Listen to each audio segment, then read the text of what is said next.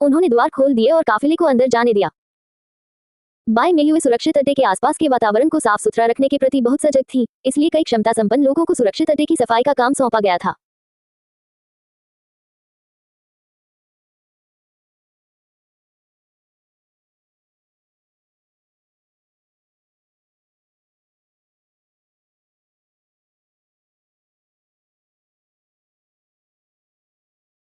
इसलिए फिलहाल सुरक्षित अड्डे के आसपास किसी भी प्रकार के उत्परिवर्तित कीड़े मौजूद नहीं थे। यांग वी का काफिला सुरक्षित अड्डे के सामने बने रास्ते से आसानी से गुजर गया। 2 किलोमीटर से अधिक का सफर तय करने के बाद ही उनका सामना विकृत कीड़ों के झुंड से हुआ। सौभाग्य से शियाओ चेन्य और बाकी लोग यांग वेई के पीछे चल रहे थे।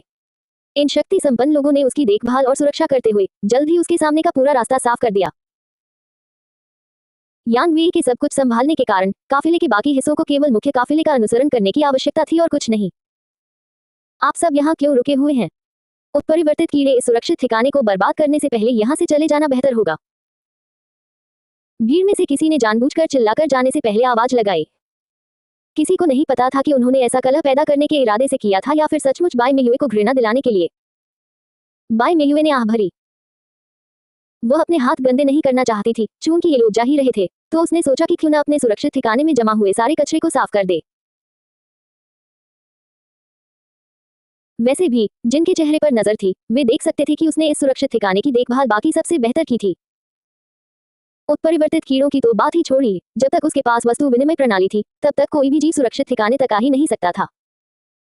क्या तुम इन लोगों को यूं ही जाने दोगी? तुम ऐसी इंसान तो नहीं हो जो इस तरह का अपमान बर्दाश्त कर लो। जी जिन्युए ने बाई मेयुए के पास जाकर पूछा। तुम और क्या करना चाहते हो? क्या तुम उन्हें रुकने के लिए कहोगे, या जब वे अनिच्छुक हों तब भी उन्हें मेरे अधीन करोगे? अगर वे जाना चाहते हैं तो स्वाभाविक रूप से मैं उन्हें अपनी सेवा करने के लिए मजबूर नहीं करूंगा। वैसे भी मेरे पास वफादार लोगों की कमी नहीं है। बाई मेयुए का इन लोगों को अपने वश में करने का कोई इरादा नहीं था। वैसे भी ये लोग उसके अपने थे ही नहीं, तो फिर इन्हें अपने सुरक्षित ठिकाने में रखने की क्या जरूरत थी? वैसे भी वह संख्या बल को ताकतवर मानने वाली नहीं थी, बल्कि इन लोगों के चले जाने से उसे काफी राहत मिली थी। इससे राशन की जिम्मेदारी संभालने वाले शक्ति उपयोगकर्ताओं पर से कुछ दबाव कम हो जाएगा। इतना ही नहीं, ये लोग कुछ करते भी नहीं थे, अक्सर काम से जी चुराने की कोशिश करते थे। जहां तक उनके कर्तव्यों की बात है, वे उन्हें बेमन से निभाते थे। ऐसे लोगों को अपने पास रखना अंततः उसके लिए ही नुकसानदायक साबित होगा। तो क्या आपको इस बात की चिंता नहीं है कि ये लोग भविष्य में परेशानी खड़ी करेंगे? शी जिन्युए ने उसके पीछे चलते हुए पूछा। नहीं, मुझे बस इस बात की चिंता है कि वे वापस आ जाएंगे।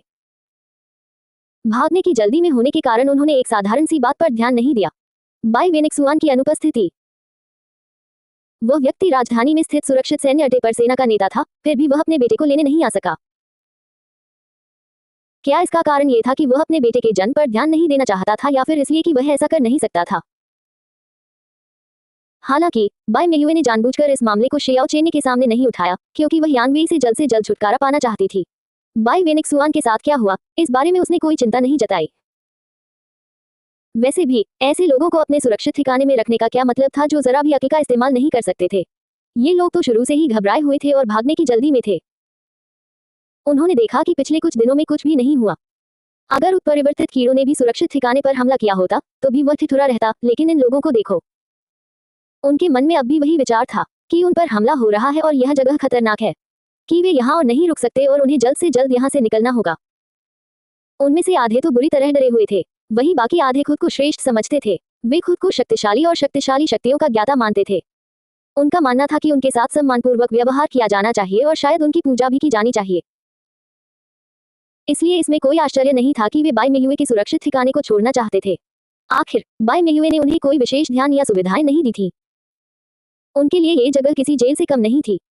वे इस जेल से भागकर किसी सुरक्षित ठिकाने पर जाना चाहते थे, जहां वे बिना किसी चिंता के अपनी मनचाही जिंदगी जी सकें। वहां अपराध दर ज्यादा होने से क्या फर्क पड़ता था? जब तक उन्हें अपनी मनचाही जिंदगी जीने का मौका मिलता, ये लोग बाकी सब कुछ भुला देते। बाई मेयुए जानती थी कि अगर वह इन लोगों को यहाँ रखती भी है, तो भी इससे उसे कोई फायदा नहीं होगा। आखिरकार अगली बार अगर कोई और खतरा मंडराता है, तो ये लोग ही सबसे पहले उसे और इस सुरक्षित ठिकाने को छोड़कर भाग जाएंगे। चूंकि उनका मन इस सुरक्षित ठिकाने से नहीं लगता था, तो वह उन्हें अपने पास रखने की कोशिश क्यों करती?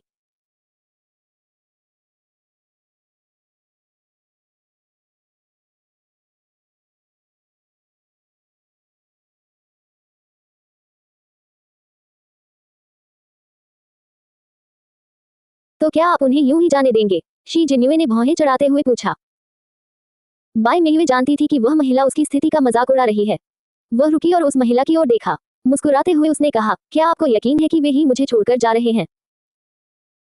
अगर कोई ध्यान से देखे तो उसे पता चलेगा कि असल में वही उन्हें छोड़कर जा रही थी।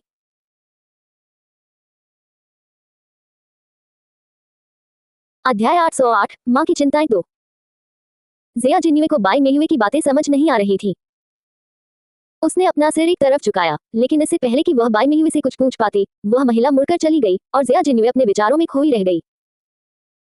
हालांकि बाई मेयुए ने जिया जिन्युए और उसके विचारों पर ध्यान नहीं दिया। इसके बजाय वो उस हवेली में लौट गई जहां लेई परिवार ठहरा हुआ था। ओह युयुए, तुम माँ कियान से मिलने आए हो? माँ लेई ने मुस्कुराते हुए बाई मेयुए की ओर देखा, लेकिन बाई मेयुए उनकी मुस्कान से धोखा नहीं खाई। उनकी आंखों के नीचे चिंता के घेरे थे और ऐसा लग रहा था कि माँ लेई को इन दिनों सोने में परेशानी हो रही है। क्या आप ठीक हैं? बाई मेयुए ने पास आते हुए पूछा। उसने यूं ही मनमर्जी से कुछ टॉनिक अदला बदली कर लिए थे, लेकिन अब उसे खुशी थी कि उसने ऐसा किया। ऐसा लग रहा था कि माँ लेई को वाकई इन टॉनिक की जरूरत थी। माँ लेई ने थके हुए चेहरे से सिर हिलाया। मैं ठीक हूँ। ये दिन हमारे परिवार के लिए मुश्किल भरे रहे हैं, लेकिन इससे भी बुरा हो सकता था। कम से कम हम सब साथ तो हैं। माँ लेई जानती थी कि वह बेवजह परेशान हो रही है। ऐसे हालात में ये काफी था कि उनके परिवार के सदस्य अभी भी जीवित थे और किसी को कुछ भी नहीं हुआ था। लेकिन जब उन्होंने सोचा कि उनका बेटा इतनी देर तक बेहोश क्यों रहा, तो उन्हें चिंता होने लगी। आखिर क्यों उनका परिवार चैन से नहीं रह पा रहा था? लेई कियान कोमा में गए कितना समय हो गया था, फिर भी उनमें जागने के कोई लक्षण नहीं दिख रहे थे। अगर ऐसा ही चलता रहा तो उसे चिंता थी कि माँ लेई ने अपना सिर हिलाया और नकारात्मक विचारों को दूर भगा दिया। उन्होंने बाई मेयुए की ओर मुड़कर कहा, लगता है तुम कियान से मिलने आए हो, है ना? उन्हें पता था कि बाई मेयुए इन दिनों काफी व्यस्त थी। उत्परिवर्तित कीड़ों और सुरक्षित ठिकाने में चल रही तमाम घटनाओं के कारण यह कोई आश्चर्य की बात नहीं थी कि बाई मेयुए कभी कभार ही उनके महल में आ पाती थी। सुबह उसने जो शोर सुना था, उसके बारे में सोचते हुए उसने चिंता से बाई मेयुए की ओर देखा। क्या कुछ हुआ? आहियान किसी मिशन पर गई है और मुझे नहीं पता कि आजकल बाहर क्या चल रहा है। लेई यान को चिंता थी कि वह परेशान हो जाएगी, इसलिए उसने लेई पिता और लेई माता से हवेली में ही रहने और बिना कारण के बाहर न निकलने का अनुरोध किया था। और इसका कारण ये था कि हवेली में आग लग गई थी और जब तक हवेली ढह नहीं जाती, लेई यान ने अपने माता पिता से वहीं रहने और सब कुछ बाई मेयुए और उसकी बाकी टीम पर छोड़ने के लिए कहा। इसी वजह से माँ लेई हवेली में ही रह रही थी और बाहर नहीं निकल रही थी। अब भी जब उसने बाहर से आने वाली आवाजें सुनी तो वह बाहर नहीं गई, क्योंकि उसने कोई शक्ति जागृत नहीं की थी और वह बाई मेयुए के लिए केवल एक बोझ ही साबित होगी। सब ठीक है, हम बस कचरा साफ कर रहे थे, बाई मेयुए ने अपने साथ लाए हुए टॉनिक मदर लेई को देते हुए जवाब दिया। उसने उनसे कहा, मुझे उम्मीद है कि आपको कोई परेशानी नहीं हुई होगी। ओह, कोई बात नहीं, माँ लेई ने हाथ हिलाते हुए कहा। मुझे बस चिंता थी कि कहीं कुछ गड़बड़ तो नहीं हो रही। आहियान सुरक्षित ठिकाने पर नहीं है, इसलिए हम आपकी मदद के लिए कुछ नहीं कर सकते। काश आहियान होती, वह अपनी बात अधूरी छोड़ते हुए पहले से भी ज्यादा चिंतित लग रही थी। ये देखकर बाई मेयुए ने मदर लेई के हाथ अपने हाथों में लिए और उनसे कहा, चिंता करने की कोई जरूरत नहीं है, चाची। मास्टर लेई बस एक और विकास के दौर से गुजर रहे हैं, कुछ दिनों में वे ठीक हो जाएंगे। मुझे पता है, लेकिन मैं चिंता किए बिना नहीं रह सकती।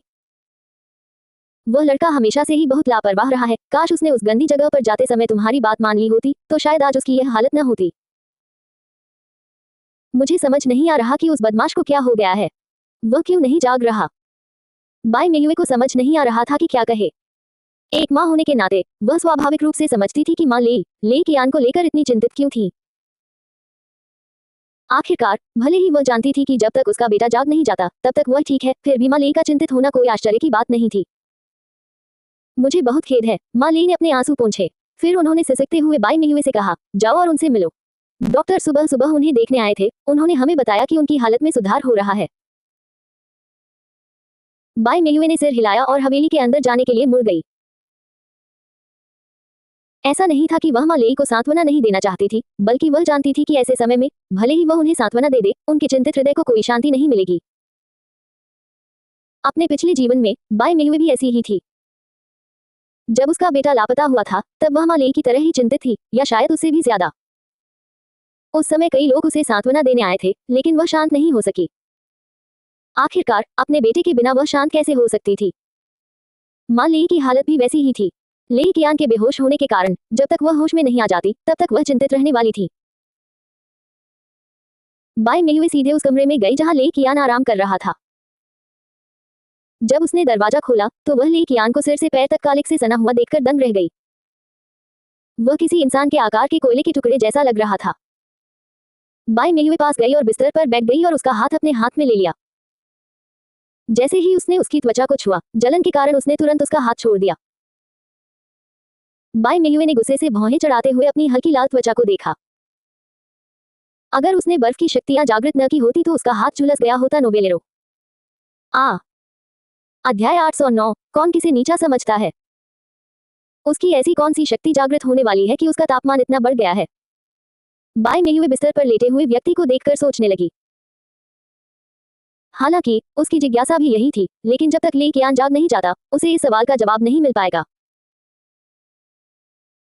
बाई मेयुए ने आह भरी। उसने बिस्तर के बगल में अलमारी पर रखे कटोरे में पड़ा गीला कपड़ा उठाया और ले कियान के चेहरे और शरीर पर लगी कालिक पोंछने लगी। ले कियान के शरीर पर फैली गंदगी को साफ करने में उसे काफी समय लग गया। सफाई पूरी होने तक उसकी पीठ में हल्का दर्द होने लगा था। भौहें चढ़ाकर वह कुर्सी से उठी और उस आदमी की तरफ देखा। तुम तो लोगों को परेशान करना बखूबी जानते हो। लेकिन ले कियान ने कुछ नहीं कहा। बाई मेयुए ने अपने होंठ सिकुड़े और आह भरी। मुड़कर वह कमरे से बाहर निकली और अपने परिवार के साथ जिस हवेली में रहती थी उसकी ओर चल पड़ी।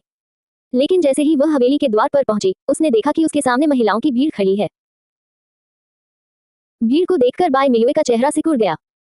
पहले तो उसे लगा कि कोई गड़बड़ कर रहा है, लेकिन जैसे ही वह हवेली के पास पहुंची उसे महिलाओं के रोने की आवाज सुनाई दी। मेरा बेटा कहाँ है? वह कहाँ है? क्या मैं सचमुच अपनी बेटी को देख सकता हूँ? क्या वह सचमुच यहाँ है? ओह, वो लोग बिल्कुल भी इंसान नहीं है। उन्होंने हमारे साथ ऐसा बर्ताव किया जैसे हम उनके गुलाम हों। मुझे देखो, मैं कितनी बदसूरत दिख रही हूँ। क्या मेरे बच्चे मुझे पहचान भी पाएंगे? तभी बाई मेयुए को एहसास हुआ कि ये वही महिलाएं थीं जिनका अपहरण मुखिया लुओ और दाचेंग ने किया था। ऐसा लग रहा था कि आखिरकार उन्हें रिहा कर दिया गया है और सुरक्षित ठिकाने पर लौटने की अनुमति मिल गई है। लौटते ही सबसे पहले उन्होंने अपने बच्चों को ढूंढा। जब बाई मेयुए ने उनकी चीखें सुनी तो उसे उन पर तरस आया, साथ ही उसे दाचेंग और ल्यूहिन पर गुस्सा भी आया। उन दोनों के दिलों में जरा भी इंसानियत नहीं बची थी। यह मत सोचो कि वह नहीं जानती थी कि दाचेंग ने इन महिलाओं को सिर्फ इसलिए लौटने दिया क्योंकि उसे डर था कि बाई मेयुए उसके पीछे आएगी। अगर उसे बाई मेयुए के साधनों और संसाधनों से डर न होता तो दाचेंग इन महिलाओं को कभी जाने न देता। यान वानिंग भी भावुक हो रही थी। उसने अपने रुमाल से अपनी आंखों को पोंछा और चुपचाप सिसकियां लेने लगी। इन महिलाओं की तरह ही दर्द झेल चुकी यान वानिंग उनकी पीड़ा को जानती और समझ सकती थी। उसने अपने आंसू पोंछे और उन महिलाओं से कहा, ज्यादा चिंता मत करो, तुम्हारे बच्चे ठीक हैं, हमने उन्हें बुला लिया है, वे किसी भी क्षण आ सकते हैं। जैसे ही उसने बोलना समाप्त किया, बच्चों और बुजुर्गों की भीड़ दौड़कर आ गई। उन्होंने सामने खड़ी महिला को देखा और फिर अपनी माताओं की बाहों में समा गए। माँ, माँ, माँ, उफ, मैं बहुत डर गई थी। तुमने मुझे क्यों छोड़ दिया? बच्चे दौड़कर सीधे अपनी माताओं की बाहों में चले गए। वे दुख और राहत से भरे हुए थे। उस पल वे चाहते थे कि वे अपनी माताओं की बाहों में ही रहें और कभी उनसे अलग न हो, क्योंकि उन्होंने अपने जीवन के दिन अपनी माताओं के बिना ही बिताए थे और अपने जीवन में अपनी माताओं की जरूरतों को समझते थे। जब महिलाओं ने अपने बच्चों को देखा तो वे उन्हें गले लगाने से खुद को रोक नहीं पाईं। देखते ही देखते पूरा इलाका रोने की आवाजों से गूंज उठा। कुछ माताएं इतनी दुखी और गम से भरी थी कि वे मरना नहीं चाहती थी, लेकिन अपने बच्चों की आंखों में आंसू देखकर वे अपने सारे दुख भूल गईं। पिछले कुछ दिनों में उन्होंने जो कुछ भी सहा उससे क्या फर्क पड़ता था। जब तक वे अपने बच्चों के साथ रह सकती थी उनके लिए और कुछ मायने नहीं रखता था। बाई मेयुए ने महिलाओं और बच्चों को रोते हुए देखा और उसे राहत का एहसास हुआ। कम से कम वह इन गरीब महिलाओं को उनके बच्चों से मिलाने में तो सफल रही। यही सोचकर वह मुड़ी और अपने आलीशान घर की ओर चल पड़ी, लेकिन जैसे ही उसने एक कदम बढ़ाया उसकी रीढ़ की हड्डी में तेज दर्द हुआ और वह लगभग लड़खड़ा गई। सौभाग्य से जी जिन्यू उसके ठीक बगल में थी। जब उसने बाई मेयुए को गिरते देखा तो उसने हाथ बढ़ाकर उसे समय रहते पकड़ लिया। क्या हुआ? अगर तुम्हें चक्कर आ रहे हैं तो तुम्हें घर पर ही रहना चाहिए। जी जिन्यू ने उसके माथे पर पसीना देखकर भौहें सिकुड़ी। जब जी जिन्यू ने देखा कि बाई मेयुए की तबीयत ठीक नहीं लग रही है तो उसे थोड़ा सा दोष महसूस हुआ। आखिर यह औरत ठीक न होते हुए भी इधर उधर क्यों भाग रही थी? मैं ठीक हूँ, बस मेरा बेटा शरारत कर रहा था, बाई मेयुए ने धीरे धीरे उठते हुए कहा। उसने मेरी पसलियों में लात मारी। तो फिर तुम क्यों गिर पड़ी? शी जिन्युए ने पूछा। चूंकि वह कभी गर्भवती नहीं हुई थी, इसलिए वह समझ नहीं पा रही थी कि बाई मेयुए अचानक ऐसे क्यों गिर पड़ी जैसे जमीन को चूमने वाली हो।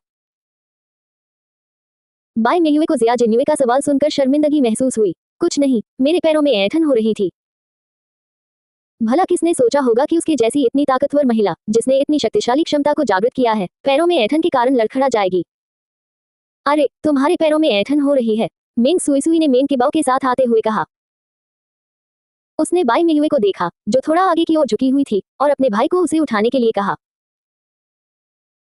उसे सीधा करो, इस हालत में उसे इस तरह नहीं झुकना चाहिए। ये कहते हुए वह जल्दी से गोदाम में गई और बाई मेयुए के लिए एक शॉल ले आई। उसने उसे नीचे उतारा और बाई मेयुए की पिंडलियों की मालिश करने लगी, फिर बोली, क्या मैं डॉक्टर शेन को तुम्हें देखने के लिए बुला लूं? लेकिन बाई मेयुए ने सिर हिलाया। उसने शांत स्वर में कहा, कोई बात नहीं। गर्भावस्था के अंतिम चरण में पैरों में ऐंठन होना सामान्य बात है, चिंता करने की कोई जरूरत नहीं है। नोवेलेरो अध्याय 810, कौन किसे नीचा समझता है? 2। क्या तुम ठीक हो जाओगी? मेंग सुई ने भौहें चढ़ाते हुए पूछा।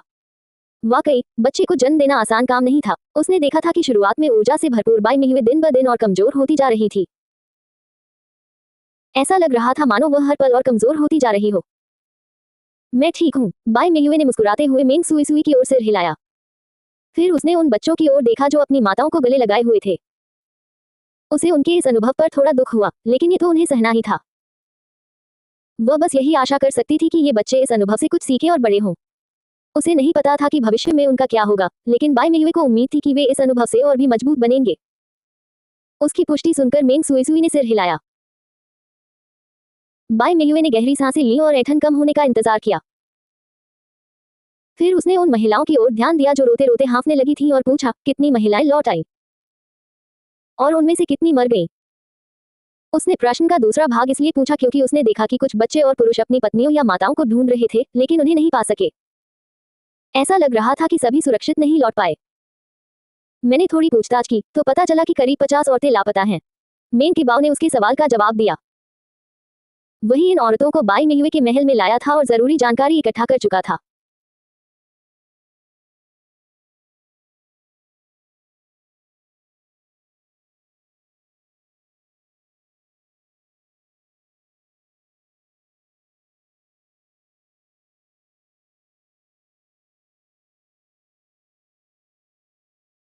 इन औरतों को नहीं पता कि उनके साथ क्या हुआ।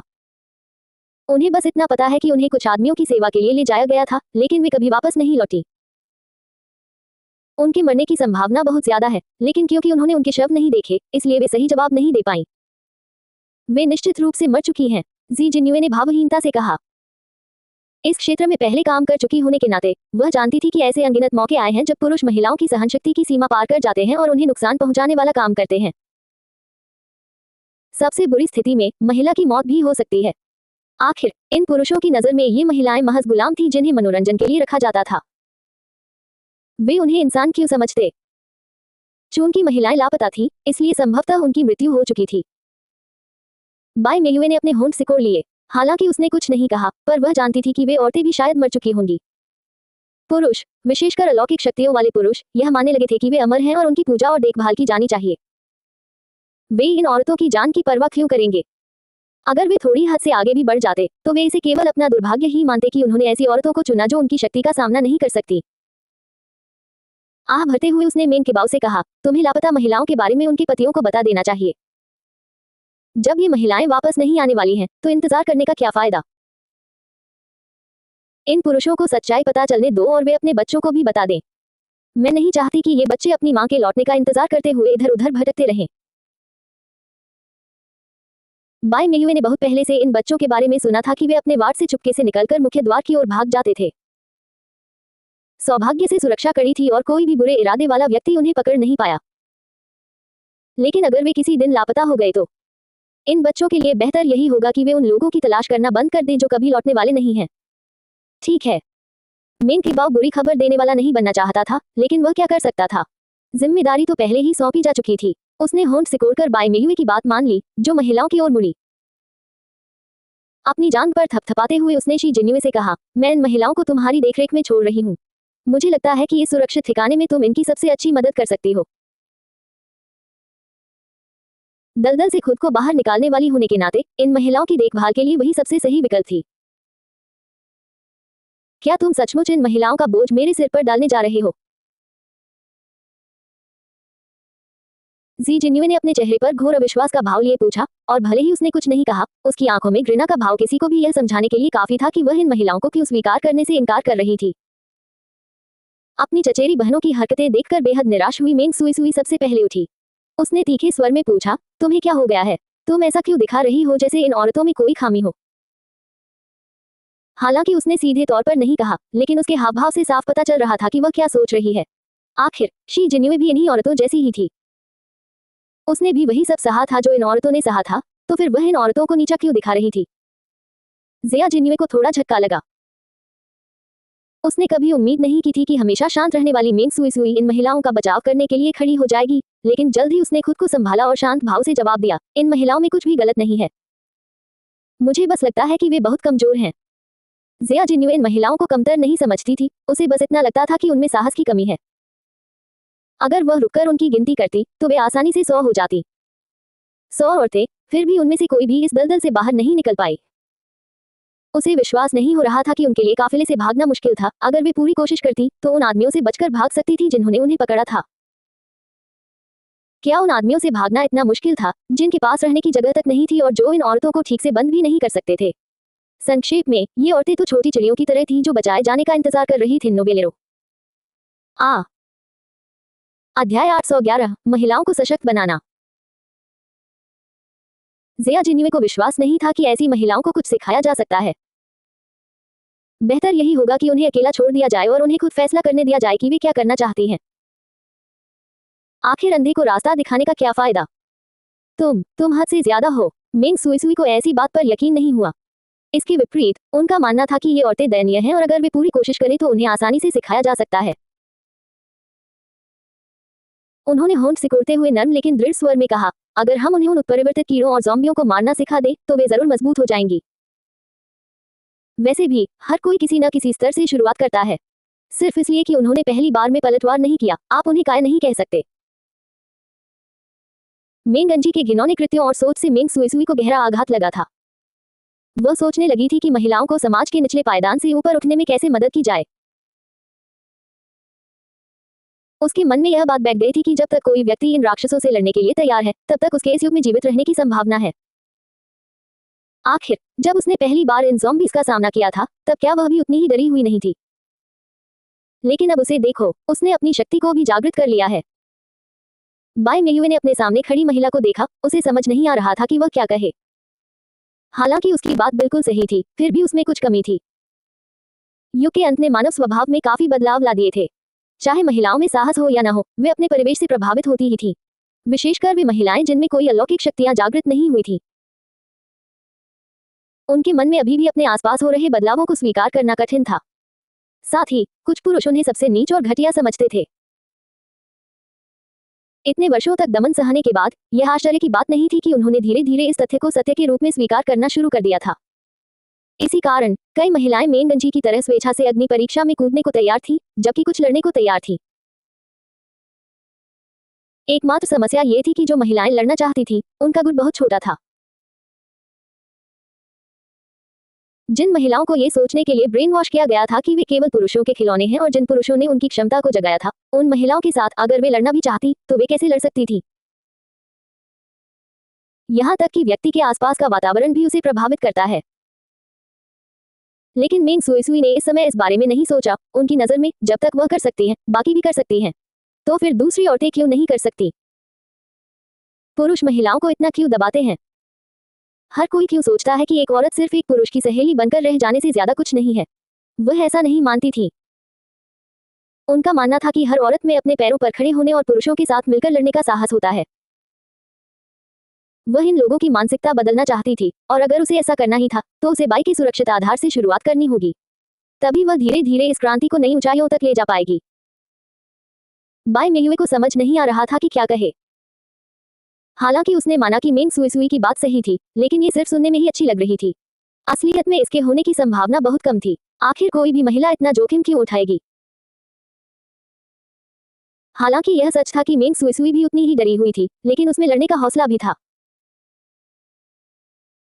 लेकिन इन महिलाओं की बात करें तो सच कहूं तो आज सुरक्षित ठिकाने पर लौटी महिलाओं के मामले में बाई मियुए को शी जिन्युए पर ज्यादा भरोसा था।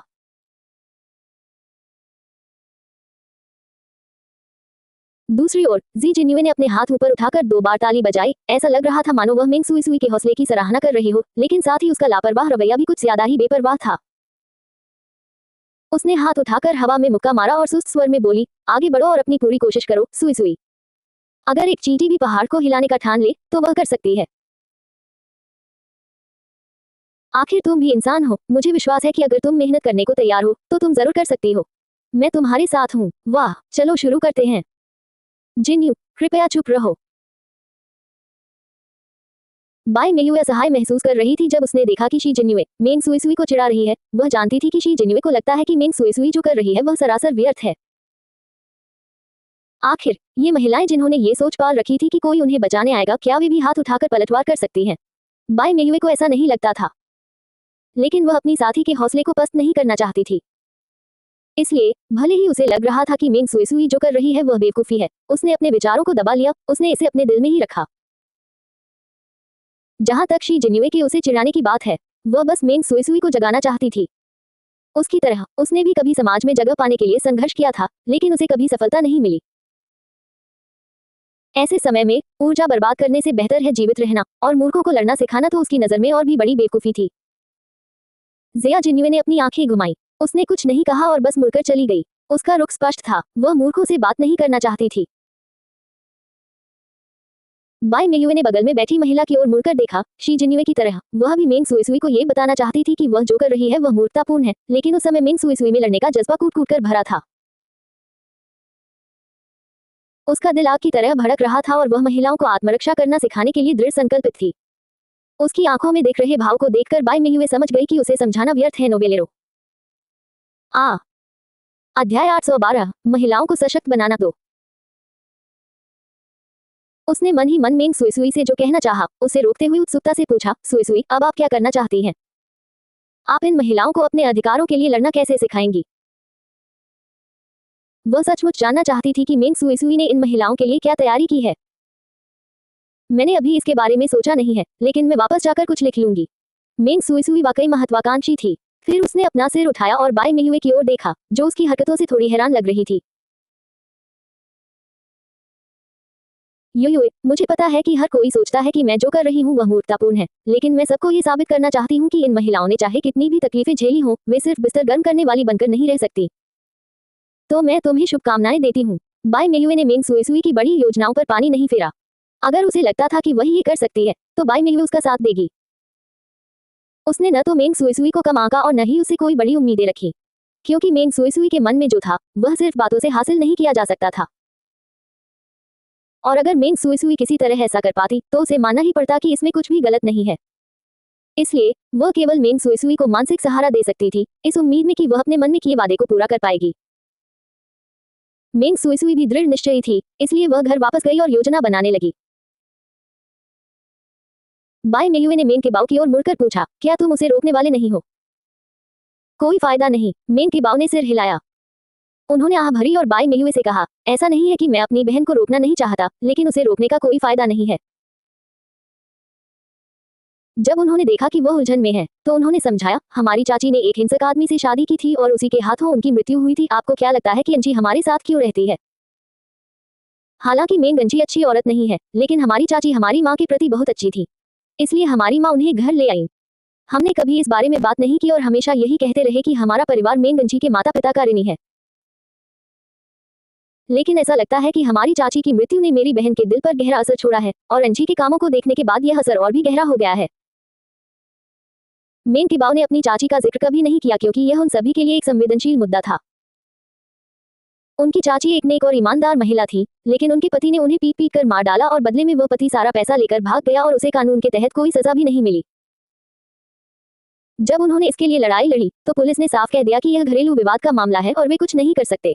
एक नेक महिला यूं ही चली गई और मामला दर्ज तक नहीं हुआ।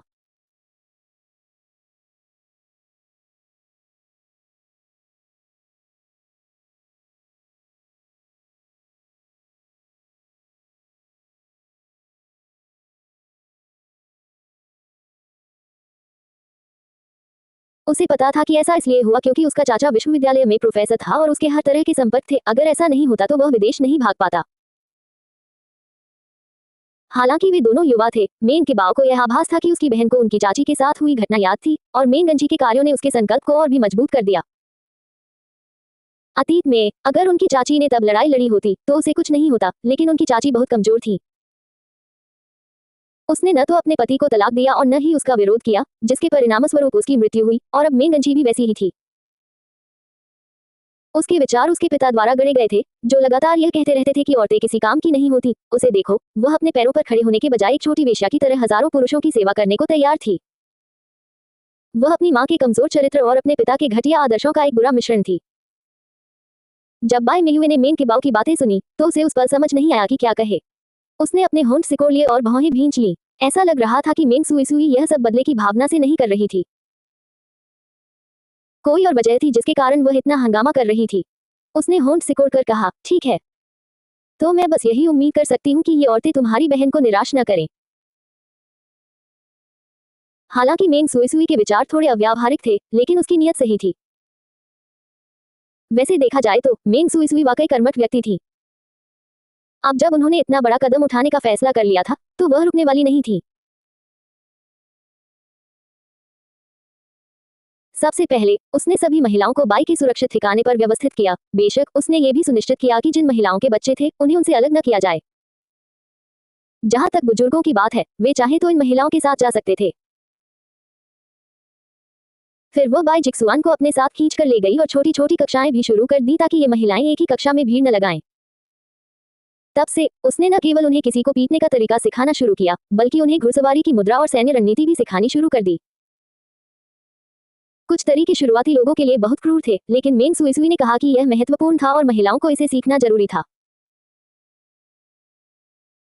मेंग सुई इन महिलाओं के शरीर को मजबूत बनाना चाहती थी। जब तक वे शारीरिक पीड़ा सहने में सक्षम हो जाएंगी, धीरे धीरे वे अतीत में झेली गई पीड़ा को भूल जाएंगी। आखिरकार एक मजबूत शरीर ही एक मजबूत मन का घर होता है। अपनी माताओं का अनुसरण कर रहे बच्चे भी उन्हें अभ्यास करते देख आकर्षित हो गए और अपनी माताओं की नकल करने लगे, ये सोचकर कि उनकी माताएं जो कर रही हैं वह वास्तव में मजेदार है। मेंग गुओ इन बच्चों का नेता बन गया क्योंकि वह इन कौशलों को उनसे बेहतर जानता था। आखिरकार वह एक ऐसा व्यक्ति था जो अपनी मां के साथ अक्सर सुरक्षित ठिकाने से बाहर जाकर ज़ॉम्बीज़ को मारता था। इन नई कक्षाओं के शुरू होने के बाद पूरा सुरक्षित परिसर गतिविधियों से गुलजार हो गया था। नोवेलेरो आ अध्याय 813 बाई विंग सुआन। समय धीरे धीरे बीतता गया और रात हो गई। बाई मेयुए ने आकाश की ओर देखा और उसे अपने सुरक्षित ठिकाने की ओर आते हुए किसी भी प्रकार के विकृत कीड़े दिखाई नहीं दिए। ऐसा लग रहा था मानो रक्षा तंत्र उन्हें दूर रख रहा हो। स्थिति को देखते हुए बाई मेयुए ने शांति से सिर हिलाया। ऐसा लग रहा था कि रक्षा प्रणालियों का सौदा करके उसने सही निर्णय लिया था। रात गहरी होने लगी और सुरक्षित ठिकाने में मौजूद कई लोग आराम करने के लिए अपने घरों में चले गए। लेकिन जैसे ही सुरक्षित ठिकाने में सन्नाटा छाने लगा, एक लड़ाकू विमान की आवाज पूरे सुरक्षित ठिकाने में गूंज उठी। लड़ाकू विमान की आवाज सुनते ही सबकी नींद टूट गई। अपने घरों से बाहर निकलकर उन्होंने उस लड़ाकू विमान को देखा जो उनके सुरक्षित ठिकाने की ओर उड़ रहा था। पुरुष, महिलाएं और बच्चे सभी लड़ाकू विमान को देखने के लिए अपने घरों से बाहर दौड़ पड़े। तेज हवा के झोंके से उनके बाल इधर उधर उड़ने लगे। उन्हें समझ नहीं आ रहा था कि क्या हो रहा है। दूसरी ओर अलौकिक शक्तियों का इस्तेमाल करने वाले लोग लड़ाकू विमान पर नजर गड़ाए हुए थे। उन्होंने तुरंत विमान पर निशाना साधा और उसे एक ही झटके में गिराने के लिए तैयार हो गए। हालांकि इससे पहले कि वे विमान को नीचे उतार पाते, एक व्यक्ति एक जगमगाते हुए आलीशान घर से दौड़ता हुआ आया। गोली मत चलाओ, गोली मत चलाओ, मैं विमान में बैठे व्यक्ति को जानता हूं और मैं चाहता हूं कि वह विमान को सुरक्षित बाहर उतार दे। फॉक्स, इसका क्या मतलब है? ज़ियाओ ने उनकी ओर दौड़ते हुए आ रहे व्यक्ति को देखा और भौहें चढ़ा ली। यहाँ क्या हो रहा है? और लड़ाकू विमान में कौन है? वह पांडा प्रिंट वाले पायजामे में सोने के लिए तैयार था, लेकिन अब इस लड़ाकू विमान की वजह से उसे अपने घर के ठंडे कमरे से निकलकर चिलचिलाती गर्मी में बाहर आना पड़ा। उसने फॉक्स को झुंझलाहट और अनगिनत आरोपों से भरी निगाहों से देखा। शाओ वू, मुझे पता है मैंने सबकी नींद खराब कर दी है, लेकिन क्या तुम बाई मेयुए को बता सकते हो कि मेरा एक परिचित उससे मिलना चाहता है? मैं वादा करता हूँ कि उसका कोई बुरा इरादा नहीं है। उसे उतरने दो, ठीक है? फॉक्स ने होठों पर चापलूसी भरी मुस्कान के साथ निवेदन किया। जब ज़ियाओ ने फॉक्स का जवाब सुना तो वह और भी ज्यादा भौहें चढ़ाने से खुद को रोक नहीं पाया, लेकिन फिर भी उसने कहा, ठीक है, मैं जाकर सिस्टर मियुए को इसकी सूचना दूंगा। जब शियाओ वू बाई मियुए को ढूंढने गई, तब जाकर विमान को अंततः उतरने की अनुमति मिली। जब बाई मियुए हवेली से बाहर निकली तो उन्होंने विमान को सुरक्षित हवाई अड्डे पर उतरते देखा। उनकी नजर उस आदमी पर पड़ी जो अपने हेलमेट की पट्टियां खोल रहा था। एक पल बाद फॉक्स लड़ाकू विमान की ओर ऐसे दौड़ा जैसे उसे वहां बुलाया गया हो। पहले तो बाई मियुए उस आदमी को पहचान नहीं पाई, लेकिन फिर उन्होंने फॉक्स और लड़ाकू विमान के पायलट को व्हीलचेयर खोलते देखा और समझ गई कि उनके सामने खड़ा आदमी कौन है। मियुए बहन, मैं आपको मास्टर बाई वेनिक्सुआन से मिलवाता हूँ, वही जिनका जिक्र मैंने आपके सामने अक्सर किया था। बाई मियुए ने उस आदमी पर एक नजर डाली। जब उसने बाई वेनिक्सुआन के बारे में सुना था तो उसे उम्मीद थी कि वह एक सूट पहने हुए आदमी को देखेगी, लेकिन उसके सामने खड़ा आदमी तो हद से ज्यादा कूल था। वह बाई फैन जैसा बिल्कुल नहीं था। उसने चमड़े की जैकेट और चमड़े के जूते पहने हुए थे और उसकी टाइट काली जीन्स किसी रॉक कॉन्सर्ट में भी अच्छी लगती। वह पलकें झपकाती रही, समझ नहीं पा रही थी कि क्या कहे। जब बाई मियुए अपने सामने खड़े आदमी को परख रही थी, तब बाई वेनिक्सुआन भी उसे ध्यान से देख रहा था। उसने सामने खड़ी महिला को देखा और उसे समझ नहीं आ रहा था कि क्या कहे। जब उसने फॉक्स से सुना कि उसकी एक बिछड़ी हुई चचेरी बहन और चाची गांव में रहती थी, तो उसे उम्मीद थी कि वह सांवली, सुनहरे बालों वाली महिला होगी, लेकिन बाई मियुए वैसी बिल्कुल नहीं थी। वह बेहद खूबसूरत थी, उसके लंबे काले बाल थे और उसकी आंखें हिरनी जैसी लग रही थी। उसका चेहरा हथेली के आकार का था और उसके होंठ गुलाब की तरह लाल थे। जब वह शहर आया तो उसका बाई मियुए और उसकी कथित चाची से मिलने का कोई इरादा नहीं था। आखिर स्थिति पहले से ही ऐसी थी, क्या पता ये लोग सिर्फ उस पर और उसके परिवार पर कब्जा जमाने की कोशिश कर रहे हों।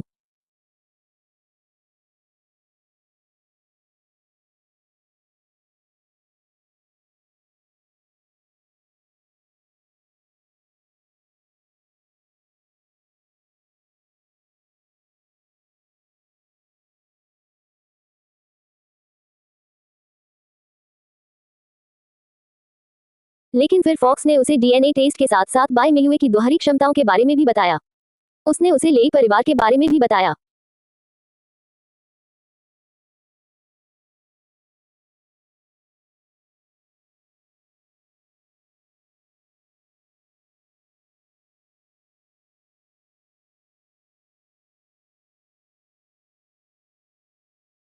तभी बाई वेनिक्सुआन को एहसास हुआ कि शायद बाई मियुए को उसकी सुरक्षा की बिल्कुल भी जरूरत नहीं थी।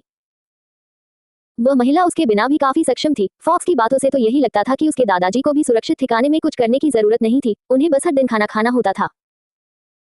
इससे ही साबित हो जाता था कि बाई मियुए काफी सक्षम थी। बाई लिंगलिंग की तुलना में बाई मियुए बिल्कुल अलग थी। आपसे मिलकर खुशी हुई, मैं बाई वेनिक्सुआन हूँ। बाई वेनिक्सुआन ने सोच विचार करने के बाद फॉक्स की अपेक्षा कहीं अधिक विनम्र रवैया अपनाया। नमस्कार, बाई मियुए ने बढ़ा हुआ हाथ पकड़ा और धीरे से हिलाया। मैं बाई मियुए हूँ। बाई वेनिक्सुआ ने अपना हाथ पीछे खींच लिया और धीरे से पूछा, मुझे लगता है दादाजी ने आपको हमारे रिश्ते के बारे में बता दिया होगा। उनके दादाजी ने उन्हें कई बार फोन किया था और कहा था कि वे जल्दी करें और अपनी चाची और चचेरे भाइयों को राजधानी में सुरक्षित ठिकाने पर वापस ले जाएं। आखिरकार उन्होंने बहुत कष्ट झेला था। बाई मियुए ने भौहें चढ़ाते हुए कहा, हाँ, लेकिन मेरी माँ ने इसे स्वीकार नहीं किया है। उसने सीधे सीधे कहा। उसने इस दुनिया में बहुत अंधकार देखा था और जानती थी कि जब बाई वेनिक्सुआन को उनके बारे में पता चला होगा तो उसके मन में क्या विचार आए होंगे। उसके हैरान चेहरे को देखकर उसने स्पष्ट रूप से कहा, मेरी माँ को ऐसा नहीं लगता कि हमें बाई परिवार की सुरक्षा की जरूरत है, हम पहले ही सबसे बुरा झेल चुके हैं। अब हम चैन से रहते और खाते हैं। मेरी माँ उस रिश्ते को स्वीकार करने की इतनी जल्दी में क्यों होगी जिसने इतनी सरल बात पर भी ध्यान नहीं दिया। अध्याय 814, बाई वेंक्सुआन द्वितीय। बूढ़े मास्टर बाई ने उसे कहा था कि उसकी माँ और उनकी पत्नी देखने में एक ही सांचे की बनी लगती हैं। इसका और क्या मतलब हो सकता था? इसका मतलब यह था कि बाई परिवार की वह शख्सियत न तो बूढ़े मास्टर बाई जैसी थी और न ही बूढ़ी मैडम बाई जैसी, लेकिन किसी ने भी सच्चाई जानने की हिम्मत नहीं की। या तो वे बहुत आलसी थे या फिर सच्चाई जानने से डरते थे। बाई मेयुए बूढ़े मास्टर बाई को नाराज नहीं करना चाहती थी, इसलिए उसने कभी इन बातों का जिक्र नहीं किया, लेकिन उसकी माँ के दिल में एक गहरा घाव था जिसका उचित स्पष्टीकरण के बिना समाधान नहीं हो सकता था। इसलिए अगर बाई परिवार यह सोचता कि वे उसकी माँ के सामने आकर माफी के नाम पर मदद का हाथ बढ़ा सकते हैं, तो वे गलत थे। वह अपनी माँ के साथ थी और उसकी माँ को उसके सिवा किसी और की जरूरत नहीं थी। जब बाई वेनिक्सुआन ने बाई मेयुए की शिकायतें सुनी तो उसकी आंखें गुस्से से लाल हो गईं। ऐसा लग रहा था कि उसकी चचेरी बहन को अपने परिवार के बारे में काफी कुछ पता था। हालांकि उसे बाई मेयुए की बातों में कुछ भी गलत नहीं लगा। वह खुद भी अक्सर सोचता था कि उसकी चाची बाई परिवार के किसी भी सदस्य से मिलती जुलती क्यों नहीं है, लेकिन वह ऐसी बातों पर ध्यान देने में आलस करता था। आखिर उनके परिवार में पहले से ही बहुत सारी समस्याएं थीं। भला कौन इतनी साधारण सी बात पर ध्यान देगा कि उसकी चाची उसके दादा दादी जैसी क्यों नहीं दिखती। लेकिन बात वही थी जो बाई मेयुए ने कही थी। सिर्फ इस मामले में लापरवाही बरतने की वजह से उसकी सगी चाची को इतने सालों तक कष्ट सहना पड़ा। पहले उसे एक ऐसे परिवार में भेजा गया जहां लड़कों को लड़कियों से बेहतर समझा जाता था, और फिर उसे एक ऐसे नाजायज पति को बेच दिया गया जिसने उसके साथ बेवफाई की। उसके बच्चों का भी हाल अच्छा नहीं हुआ। अगर प्रलय शुरू न हुआ होता और बाई मेयुए को अपनी मां की रक्षा करने वाली अलौकिक क्षमता न मिली होती तो कौन जानता है कि उसकी चाची को कितना अधिक कष्ट सहना पड़ा होता। मैं समझ गया, अगर आप हमें स्वीकार नहीं करना चाहते तो हम भी आपको मजबूर नहीं करेंगे। बाई वेनिक्सुआ ने गंभीरता से वादा किया। बाई मेयुए ने कुछ नहीं कहा। उसने बस सिर हिलाकर सहमति जताई, मानो उसके पास कहने के लिए और कुछ न हो। हवा को जमने वाली ठंड में तब्दील होते देख फॉक्स ने तुरंत कहा, आह मास्टर वेनिक्सुआन, क्या आपने यह नहीं कहा था कि आप यानवेई और अपने बेटे से मिलने यहाँ आए हैं? बाई वेनिक्सुआन ने सिर हिलाया और बाई मेयुए की ओर मुड़कर देखा। उसने गंभीर स्वर में पूछा, यानवेई कहाँ है? उसे बुलाओ। यानवेई? वो तो तुम्हें ढूंढने के लिए सुरक्षित ठिकाने से निकली थी, बाई मेयुए ने व्यंग्य करते हुए कहा। उसे यानवेई के जाने से पहले किए गए अच्छे काम याद आ रहे थे। उसने तो सुरक्षित ठिकाने के आधे लोगों को विद्रोह करने और अपने साथ चलने के लिए भी मना लिया था। उसने वादा किया था कि अगर वे उसके साथ राजधानी तक आ जाएं, तो उन्हें खाने के लिए भोजन और पीने के लिए साफ पानी मिलेगा। बाई वेनिक्सुआन और फॉक्स ने जब बाई मेयुए की बातें सुनी तो उनके चेहरे का रंग उड़ गया। हे, पीने के लिए साफ पानी और खाने के लिए मांस। राजधानी के अड्डे से ये सब मिलना नामुमकिन था। हालांकि राजधानी का सुरक्षित अड्डा बाहर से देखने में बहुत आलीशान और शानदार लगता था, लेकिन सच्चाई ये थी कि इस समय वह खाली था। अलौकिक शक्तियों का इस्तेमाल करने वाले लोग रसद इकट्ठा करने के लिए एक दूसरे से लड़ रहे थे, और साथ ही उत्परिवर्तित कीड़ों और प्रलयकारी वायरस की समस्या भी थी। हालात ठीक नहीं थे, और बाई परिवार इस समय कुछ भी नियंत्रित नहीं कर पा रहा था।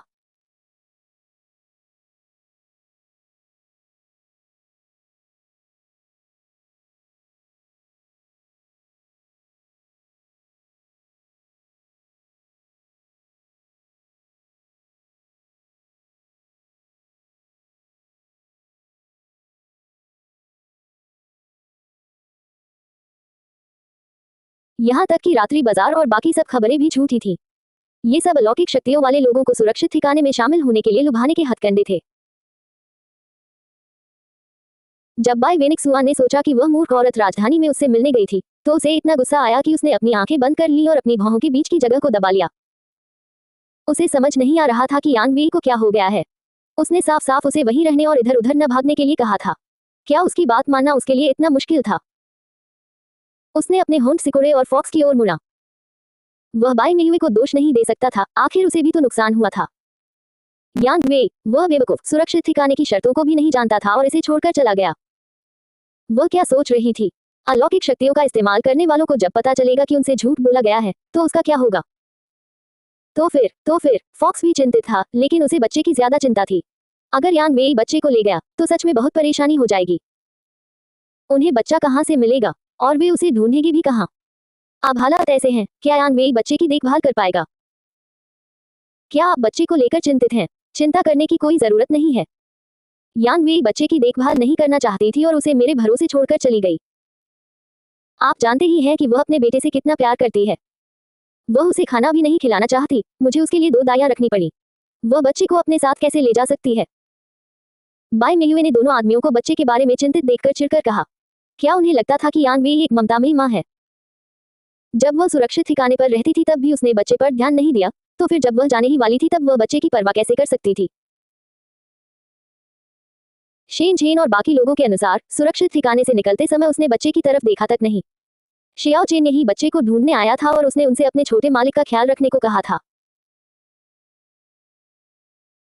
यान वे द्वारा बच्चे को बाई मेहुए की देखरेख में अकेला छोड़ने की बात सुनकर बाई वेनिक्सुआन की आंखें गुस्से से लाल हो गईं।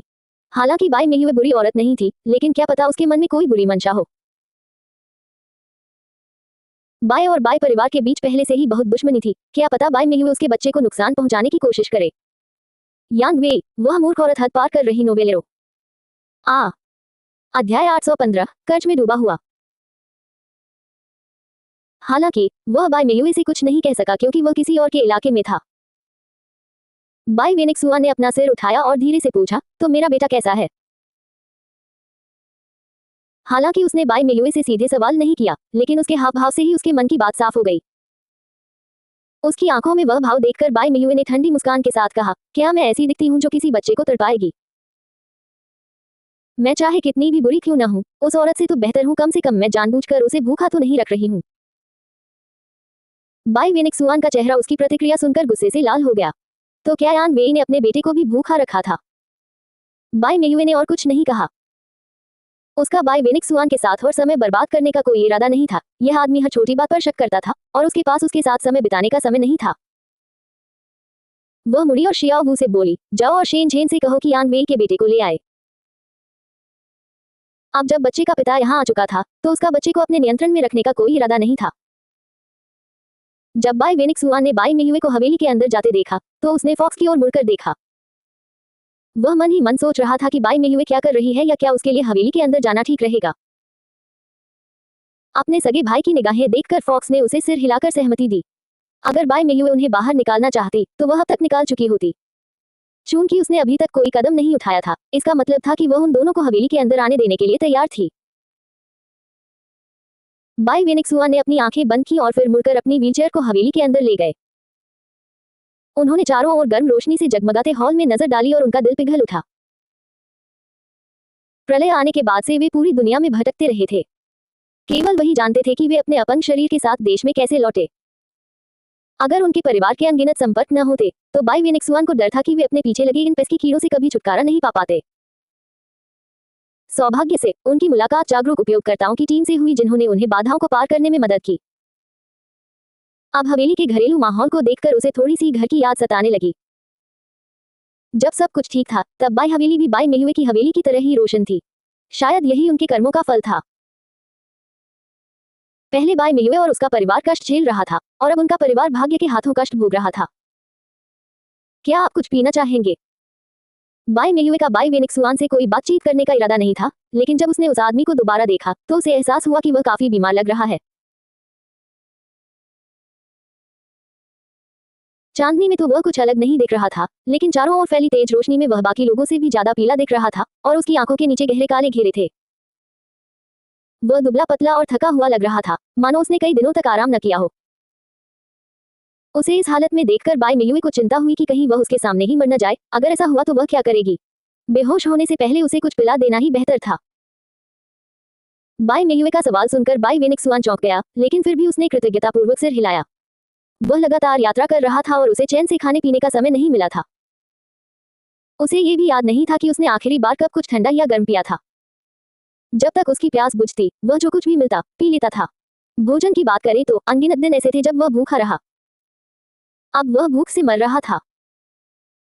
बाय मेयुए को भी यह बात पता थी, इसलिए उसने रसोई से अंडे की तली हुई चावल और मूंग दाल का सूप बनाने को कहा। वह जानती थी कि बाय वेनिक्सुआन फिलहाल कुछ भी ऐसा नहीं खा सकता जो उसके पेट के लिए बहुत भारी हो। जब तक रसोई के कर्मचारियों ने अंडे से बने तले हुए चावल तैयार किए, शेन झेन शियाओ बाई के साथ वहां पहुंची। उन्होंने व्हीलचेयर पर बैठे बाय वेनिक्सुआन की ओर देखा और पूछा, क्या आप उनके पिता हैं? बाय वेनिक्सुआन ने देखा कि वह महिला उससे काफी सावधान थी। उसकी आंखों में संदेह देखकर बाय वेनिक्सुआन दंग रह गया। आखिर चल क्या रहा था? उसे पूरा यकीन था कि वह इस महिला से पहली बार मिल रहा था। फिर भी वह उसे ऐसे क्यों देख रही थी जैसे वह कोई बदमाश हो जिसने उसे नुकसान पहुंचाया हो। वह तो उससे कभी मिला भी नहीं था। जी। हालांकि बाय वेनिक्सुआन के मन में तरह तरह के विचार चल रहे थे, फिर भी उसने महिला को सिर हिलाकर हाँ कह दी। तो मुझे उम्मीद है कि तुम अपनी प्रेमिका से ज्यादा अच्छे से इस बच्चे की देखभाल करोगे। शेन झेन ने बच्चे को बाय वेनिक्सुआन को सौंप दिया, जिसने सहज भाव से उसे ले लिया। शायद तुम्हें पता न हो, लेकिन तुम्हारी प्रेमिका तुम्हारे बच्चे को दूध पिलाने से मना कर रही है। उसने उसे कभी दूध नहीं पिलाया, इसी वजह से उसे हाल ही में जन्मी दूसरी महिलाओं ने दूध पिलाया है, लेकिन स्वाभाविक रूप से वे अपने बच्चों को पहले दूध पिलाएंगी, फिर उसे। इसलिए अगर वह उतना स्वस्थ नहीं है जितना तुमने सोचा था, तो इसके लिए तुम सिर्फ अपनी पत्नी को ही दोषी ठहरा सकते हो। उसने हमारे सुरक्षित ठिकाने से हर तरह का मांस और मछली खाई है और उसके पास अपने बच्चे को दूध पिलाने के लिए पर्याप्त दूध है, लेकिन वह ऐसा नहीं करेगी, अपने बच्चे को हमारे भरोसे छोड़कर जा रही है। शेन झेन को चिंता थी कि यह आदमी उनके सुरक्षित ठिकाने को दोषी ठहराएगा, इसलिए उसने बाई वेनिक्सुआन को सच बता दिया ताकि वह आदमी उनके लिए मुसीबत न खड़ी करे। जब बाई वेनिक्सुआन ने अपने बेटे को देखा तो उसे एहसास हुआ कि वह वाकई उसकी उम्मीद से थोड़ा कमजोर है। आखिरकार उसने यान वेई को बहुत सारे क्रिस्टल नाभिक दिए थे, केवल उन्हीं से वह उसके बच्चे की देखभाल कर सकती थी। अध्याय 816 कर्ज में डूबा हुआ तो। लेकिन अफसोस, लगता है वह बहुत ही सरल सोच रहा था। यान वेई इतनी अभिमानी थी, वह अपने बच्चे का पेट कैसे भर सकती थी। उस औरत को तो बस अपनी ही चिंता थी, अगर सामाजिक सीढ़ी पर ऊपर चढ़ने और बाई परिवार का सहारा बनने की चाह न होती तो वह कभी गर्भवती ही न होती। सौभाग्य से बाई मेहुए और सुरक्षित ठिकाने के लोग उसकी उम्मीद से कहीं ज्यादा दयालु निकले। उसका बेटा बाकियों से मोटा ताजा भले ही न हो, लेकिन उसे भरपेट खाना मिलता था और वह स्वस्थ दिखता था। उसे नहलाया गया था और उसने नया और साफ डायपर पहना हुआ था। ये साफ था कि भले ही पिछले कुछ दिनों से उस बच्चे के साथ अच्छा व्यवहार किया गया था, फिर भी किसी ने उसे छेड़छाड़ करने की हिम्मत नहीं की, भले ही उसकी मां ने उसे छोड़ दिया था। बाई वेनिक्सुआन ने लंबा सफर तय किया था और वह जानता था कि ये वो समय है जब कोई भी इन शिशुओं की जिम्मेदारी लेने की हिम्मत नहीं करेगा। उसने अनगिनत ऐसे माता पिता देखे थे जो अपने नवजात शिशुओं को जंगल में छोड़ देते थे। आखिर समय ऐसा ही था जब उनके पास खुद खाने के लिए पर्याप्त नहीं था तो वे डायपर और दूध पाउडर कैसे ढूंढ सकते थे। उन लोगों की तुलना में बाई मेहुए कई मायनों में बेहतर थी। मैं समझ गया। बाई वेनिक्सुआन समझ गया कि वह महिला उसे यान वेई के अच्छे कामों के बारे में क्यों बता रही थी और उसने सिर हिलाकर सहमति दी। तभी शेन झेन ने राहत की सांस ली। उसने बाई मेहुए की ओर देखा, जिसने सिर हिलाकर सहमति दी और फिर चली गई। बाई मेहुए ने अपना ध्यान वापस बाई वेनिक्सुआन की ओर मोड़ा और शांत भाव से उसे कहा, मेरा इरादा आपके इस मिलन को खराब करने का नहीं है, लेकिन मुझे अपने लोगों के लिए सैन्य हथियारों सहित 10 लड़ाकू विमानों का वादा किया गया था।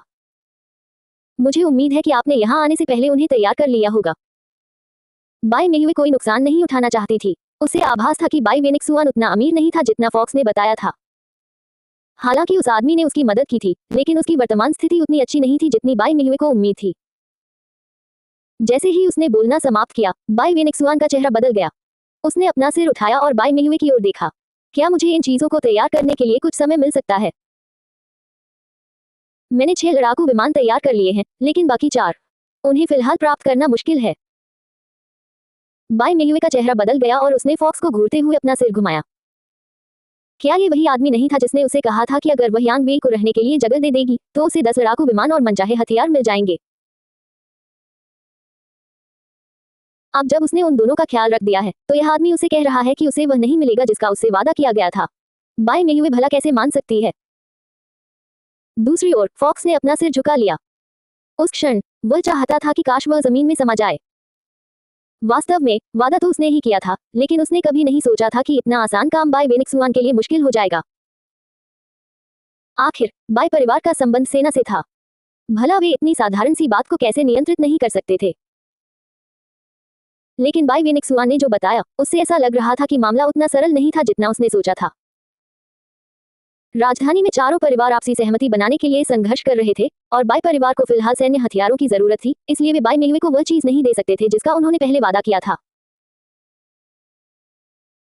हालांकि बाई मेहुए का इसे कोई लेना देना नहीं था। उसने सामने खड़े व्यक्ति की ओर मुड़कर शांत भाव से कहा, श्रीमान बाई, मैं लालची नहीं हूँ, लेकिन यान वेई को अपने यहाँ रखने के समय मुझसे यही वादा किया गया था।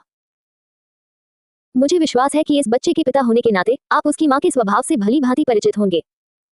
मैं ज्यादा विस्तार में नहीं जाऊंगी क्योंकि मैं आपका और अपना समय बर्बाद नहीं करना चाहती, लेकिन यान वेई ने मुझ पर बहुत कर्ज लिया है। उसने न केवल मेरी संपत्ति को बहुत नुकसान पहुंचाया है, बल्कि यहाँ रहते हुए उसने बहुत गंदगी भी फैलाई है। उसने तो अपने बच्चे को भी बिना कोई भुगतान किए छोड़ दिया। मेरा घर कोई सार्वजनिक आश्रय स्थल नहीं है जहां कोई भी आकर रह सके। मैंने उसकी लगातार कठोर टिप्पणियों और नखरों को सिर्फ इसलिए सहन किया क्योंकि फॉक्स ने मुझे उचित भुगतान देने का वादा किया था। अब जब आप इनकार कर रहे हैं तो यह मेरे भरोसे और प्रयासों का गंभीर उल्लंघन है। बाई वेनिक्सुआन ने अपना चेहरा घुमाकर अपने उस अच्छे दोस्त की ओर देखा जिसने बिना पूछे उसके लिए गड्ढा खोदा था। लेकिन फॉक्स उसकी ओर कैसे देख सकता था? वो तो हर तरफ देख रहा था, सिवाय उसकी ओर। इसमें उसकी कोई गलती नहीं थी। बाई वेनिक्सुआन को इस बात का जरा भी अंदाजा नहीं था कि बाई मेयुए के लिए यांग वेई को स्वीकार करना कितना मुश्किल था। अगर यांग वेई ने बाई मेयुए को इतना अच्छा प्रस्ताव न दिया होता तो क्या बाई वेनिक्सुआन को लगता था कि बाई मेयुए उस उपद्रवी को स्वीकार कर लेती। हालांकि उसने अपने होंठ सिकोड़ लिए और अपना सिर नीचे कर लिया और कुछ नहीं कहा। बाई वेनिक्सुआन ने आह भरी। उन्होंने बाई मेयुए की ओर ध्यान दिया और उन्हें समझाने की कोशिश की। मिस बाय, ऐसा नहीं है कि मैं अपना वादा तोड़ रहा हूँ। मैं बस थोड़ा समय मांग रहा हूँ।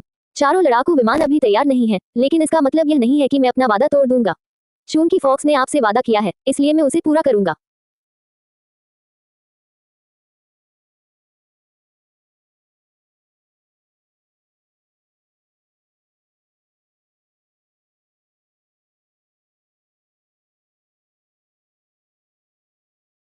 मुझे एक सटीक समय सीमा चाहिए, बाई मेयुए ने ठंडे लहजे में कहा।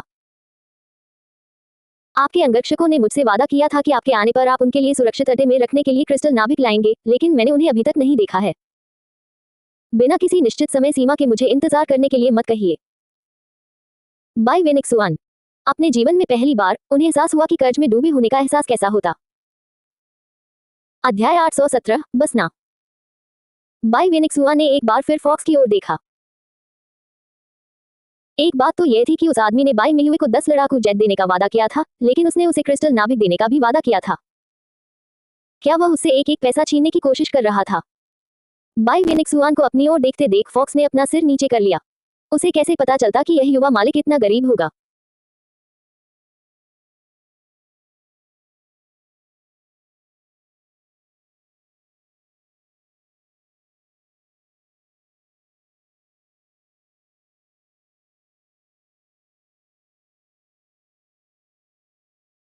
धत, उसने सोचा था कि बाई परिवार का समर्थन मिलने से बाई वेनिक्सुआन का जीवन अच्छा चल रहा होगा, लेकिन लगता है वह गलत था। धिक्कार है, उसे कुछ पता नहीं था। जैसे उसे एहसास हो गया हो कि फॉक्स से लड़ने का कोई फायदा नहीं है, उसने गहरी सांस ली। उसने बाई मेयुए की ओर मुड़कर कहा, तकलीफ के लिए मुझे खेद है। चूंकि ये चीजें आपसे वादा की गई थी, इसलिए ये आपको मिल जाएंगी, लेकिन फिलहाल मैं कुछ नहीं कर सकता। बाई वेनिक्सुआन का जवाब सुनकर बाई मेयुए ने भौहें चढ़ा ली। उसने फॉक्स की ओर देखा, जिसने हाथ हिलाते हुए कहा, बहन मेयुए, नाराज होने की कोई जरूरत नहीं है। बॉस वेनिक्सुआन एक ईमानदार व्यक्ति हैं। चूंकि उन्होंने वादा किया है, इसलिए वे आपको वादा किया गया इनाम जरूर देंगे। बस आपको थोड़ा इंतजार करना होगा। बेशक, बाई मेयुए इंतजार नहीं करना चाहती थी। उसे ऐसा लग रहा था जैसे उसके साथ धोखा हुआ हो, लेकिन उसने कुछ नहीं कहा। इसके बजाय उसने बाई वेनिक्सुआन की ओर मुड़कर कहा, ठीक है, अगर ऐसा है तो तुम अभी यहीं रह सकते हो, लेकिन बेहतर होगा कि तुम मुझसे किए गए वादे पूरे कर लो, वरना तुम्हें इसके परिणाम भुगतने पड़ेंगे। वह बाई वेनिक्सुआन को अपना दुश्मन नहीं बनाना चाहती थी, लेकिन वह किसी को भी अपना फायदा उठाने नहीं देना चाहती थी। चिंता मत करो, मेरा तुम्हारे इनाम रोकने का कोई इरादा नहीं है। बाई वेनिक्सुआन ने सिर हिलाया। वह रुका और फिर बोला, मिस बाई, मैं सोच रहा था कि क्या आप यांगवेई को वापस आने देंगी। चूंकि मैं राजधानी में नहीं हूँ, तो वह स्वाभाविक रूप से वापस आ जाएगी। अगर वो वापस आ जाए तो क्या हुआ? मास्टर बाई, मैं साफ साफ कह देती हूँ, मैंने आपकी प्रेमिका को सुरक्षित ठिकाने से नहीं निकाला। वो खुद जाना चाहती थी, और उसी की वजह से मुझे कई शक्ति संपन्न लोगों को खोना पड़ा। क्या मैं मूर्ख हूँ कि उसके जैसी भेड़िया जैसी महत्वाकांक्षा रखने वाली को फिर से अपने सुरक्षित ठिकाने में आने दूं? अगर वो बाकी शक्ति संपन्न लोगों को विद्रोह के लिए उकसा दे तो क्या होगा? सुरक्षित ठिकाने की रक्षा कौन करेगा? और तो और ऐसा लगता है कि उसने उन शक्ति संपन्न लोगों से सिर्फ झूठ बोला है। बाई मेयुए ने ताना मारा। बाई मेयुए मूर्ख नहीं थी। फॉक्स ने उसे बताया था कि बाई परिवार का बाई वेनिक्सुआन उसके सभी परिचितों से कहीं बेहतर स्थिति में है, लेकिन देखने से तो ऐसा लग रहा था कि ये बातें महज अफवाहें और अटकलें थीं। बाई वेनिक्सुआन मुश्किल दौर से गुजर रहा था, और चूंकि सबसे बड़ा पोता मुश्किल में था, तो यही बात बाकी दोनों पोतों के लिए भी कही जा सकती थी। बाई मेयुए को भी थोड़ी मूर्खता महसूस हुई। हालांकि बाई परिवार बहुत जल्द ही नाम कमाने वाला था, लेकिन अभी इसमें काफी समय था। वह सच्चाई जानती थी, लेकिन वह बाई परिवार को अपने बीते जीवन के नजरिए से देख रही थी। बाई मेयुए ने होंठ सिकोड़ लिए जब उसने सोचा कि राजधानी में सुरक्षित ठिकाने पर पहुंचने के बाद यांग वेई उन लोगों के बारे में क्या समझाएगा जो किसी खास क्षमता का इस्तेमाल करते हैं। वे लोग उसके पीछे इसलिए आए थे क्योंकि उन्हें लगता था कि वे स्वर्ग में रहेंगे। जब उन्हें पता चलेगा कि ऐसा कुछ नहीं है तो वे क्या करेंगे? बाई वेंगसुआन, यान वे के अच्छे कामों के बारे में सोचकर उसे सिर दर्द होने लगा। वह सोच रहा था कि वह औरत चैन से क्यों नहीं बैठ पा रही थी। उसने तो बाई मियुए के साथ इतनी बड़ी मुसीबत खड़ी कर दी थी। क्या उसे डर था कि वह बाई मियुए को पूरी तरह से नाराज नहीं कर पाएगी? खैर, उसे उस औरत को बधाई देनी ही पड़ेगी। उसने बाई मियुए को इतना नाराज कर दिया था कि वह औरत उसका चेहरा भी नहीं देखना चाहती थी। बाई वेनिक्सुआन सोच रहा था कि अगर वह औरत उससे मिलने आई तो वह यान वेई को कैसे संभालेगा। फॉक्स बाई वेनिक्सुआन के मन की बात समझ गया। उसने तुरंत उसे हवेली से बाहर खींच लिया और बाई मियुए से कहा, मैं इसे अपनी हवेली में ठहरा दूंगा। बहन मियुए, आपको चिंता करने की कोई जरूरत नहीं है। और इससे पहले कि बाई वेनिक्सुआन कुछ कह पाता, फॉक्स उसे बिना विरोध करने का मौका दिए ही हवेली से बाहर खींच ले गया। वैसे भी उसके पास विरोध करने का कोई मौका नहीं था, क्योंकि उसकी व्हीलचेयर फॉक्स के नियंत्रण में थी। बाई वेनिक्सुआन, ये बदमाश, ये उसकी विकलांगता का फायदा उठा रहे थे। बाई मियुए को बाई वेनिक्सुआन के मन में चल रहे विचारों का कोई अंदाजा नहीं था। उसने बस उस आदमी को हवेली से बाहर ले जाने दिया और सोने चली गई। वह गर्भवती थी और अपने नन्हे बेटे के जन्म से पहले उसे जितना हो सके सोना जरूरी था। दूसरी ओर फॉक्स बाई वेनिक्सुआन को अपने महल में ले गया, जहां बाई वेनिक्सुआन ने उस आदमी को घूरते हुए कहा, क्या तुम मुझे बता सकते हो कि तुमने उस औरत से इतने सारे वादे क्यों किए? क्या तुम मुझे बर्बाद करना चाहते हो? मैं क्या करता? अगर किसी को दोष देना है तो यान वेई को दोष दो। वो औरत इतनी बिगड़ी हुई है कि उसे मौजूदा हालात समझ ही नहीं आ रहे। उसे पता था कि उसके लिए सुरक्षित जगह ढूंढना मेरे लिए कितना मुश्किल था, फिर भी वो बाई मियुए के लिए मुसीबतें खड़ी करती रही। तुम्हें लगता है कि बाई मियुए ने जो बताया वही सब यान वेई ने किया? फिर उसने सुरक्षित ठिकाने में यान वेई के अच्छे कामों के बारे में बताया, जिसमें यह भी शामिल था कि उसने हर मोड़ पर बाई मियुए का विरोध किया। जब तक उसने बोलना समाप्त किया, फॉक्स को लगा कि सबसे ज्यादा तकलीफ उसी को हुई है। उसने गुस्से से कहा, तुम मुझे दोष देना चाहते हो, लेकिन मैं किसे दोष दूं? यान वेई को इतना नखरेबाज किसने बनाया? अगर मैंने बाई मियुए को रिश्वत न दी होती, तो तुम अपने बेटे से मिलने का सपना भी मत भूलो।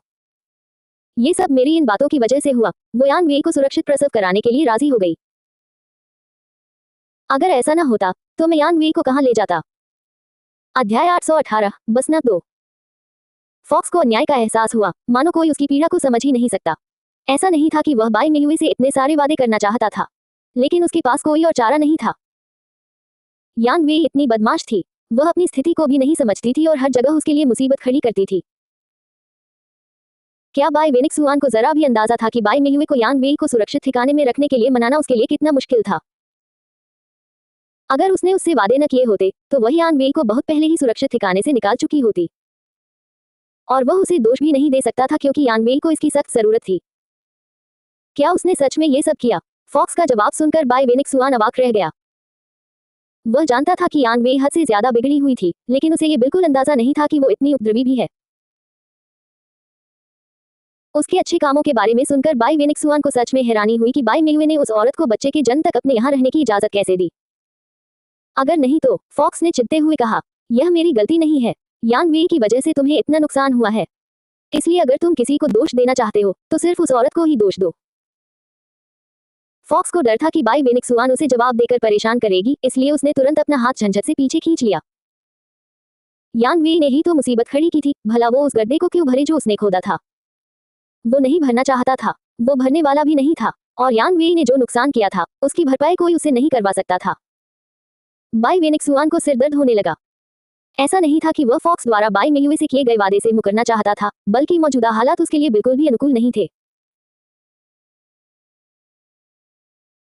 उसके दोनों भाइयों की शक्तियां जागृत हो चुकी थी और वे फिलहाल राजधानी में अपनी पकड़ मजबूत करने की कोशिश कर रहे थे, लेकिन मामला उलझा हुआ था और उन्हें राजधानी में जगह बनाने में काफी समय लग जाएगा। आखिर वहां हर तरह के शक्तिशाली राक्षस घात लगाए बैठे थे। इतना ही नहीं, उनके पिता भी अपनी स्थिति मजबूत करने के लिए हर संभव प्रयास कर रहे थे। जहां तक उसकी बात है, उसे इसलिए दूर भेज दिया गया क्योंकि उसने कोई विशेष क्षमता नहीं जगाई थी। बड़ों ने उसे तब तक छिपकर रहने को कहा जब तक स्थिति सामान्य नहीं हो जाती, और उसके दोनों भाई राजधानी के आसपास की स्थिति संभाल रहे थे, इसलिए बाई वेनिक्सुआन को चिंता की कोई बात नहीं लगी। जब तक उसे यान वेई द्वारा यहाँ किए गए अच्छे कार्यों के बारे में पता नहीं चला। अब अपने सामने की स्थिति को देखते हुए बाई वेनिक्सुआन को पता था कि वह इससे आसानी से निपट नहीं सकता। क्या तुम सचमुच मुसीबत में हो? अपने दोस्त की आंखों में दिख रहे भाव को देखकर फॉक्स समझ गया कि बाई वेनिक्सुआन सचमुच मुसीबत में है और वह बेवजह दुख नहीं जता रहा है। बाई वेनिक्सुआन ने व्यंग्यात्मक मुस्कान के साथ कहा, प्रलय से पहले हमारा परिवार चाहे कितना भी शक्तिशाली क्यों न रहा हो, जो कुछ हुआ उसके बाद हमें सब कुछ नए सिरे से खड़ा करना होगा। हमारे पास न तो कोई सामान था, न क्रिस्टल नाभिक, कुछ भी नहीं। शुरुआत में जो पैसा था वह भी बेकार हो गया। फिलहाल राजधानी में बाई परिवार की स्थिति बिल्कुल भी स्थिर नहीं है।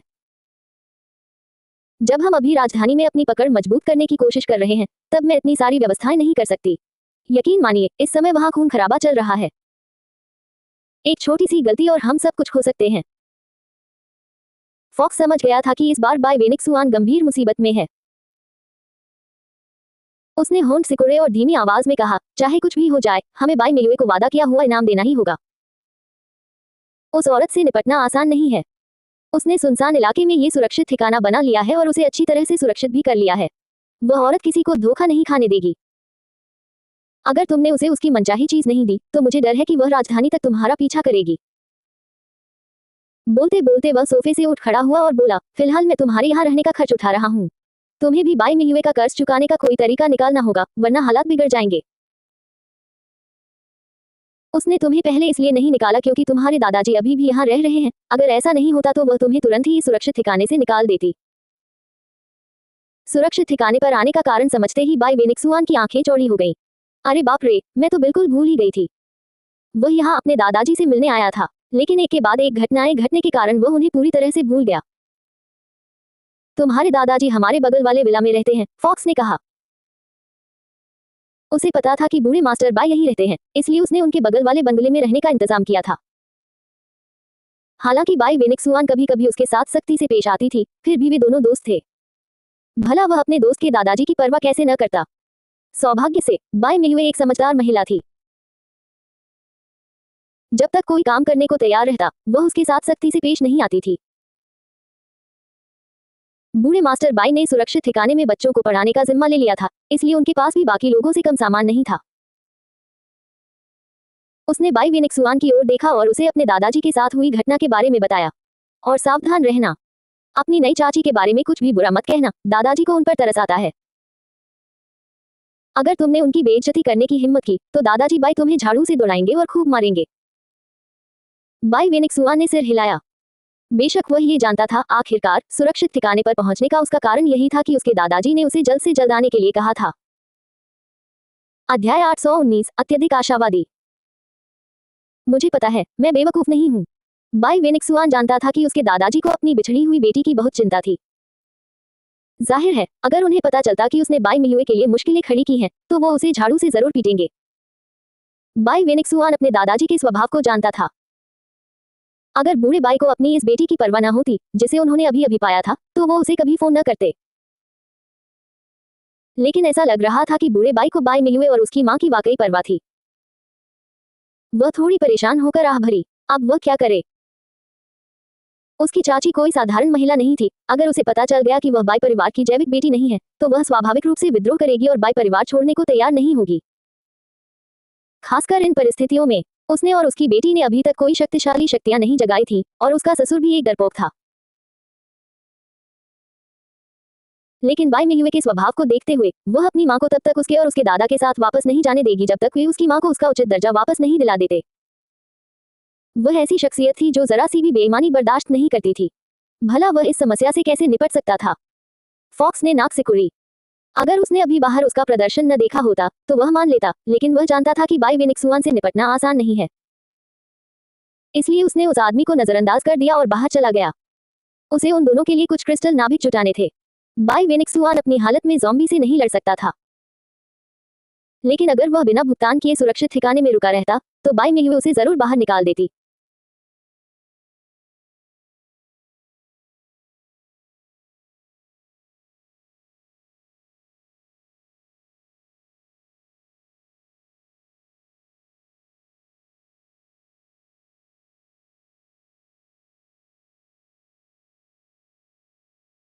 इतना कहकर उसने बाई वेनिक्सुआन पर ध्यान नहीं दिया और बिना कुछ कहे हवेली से चला गया।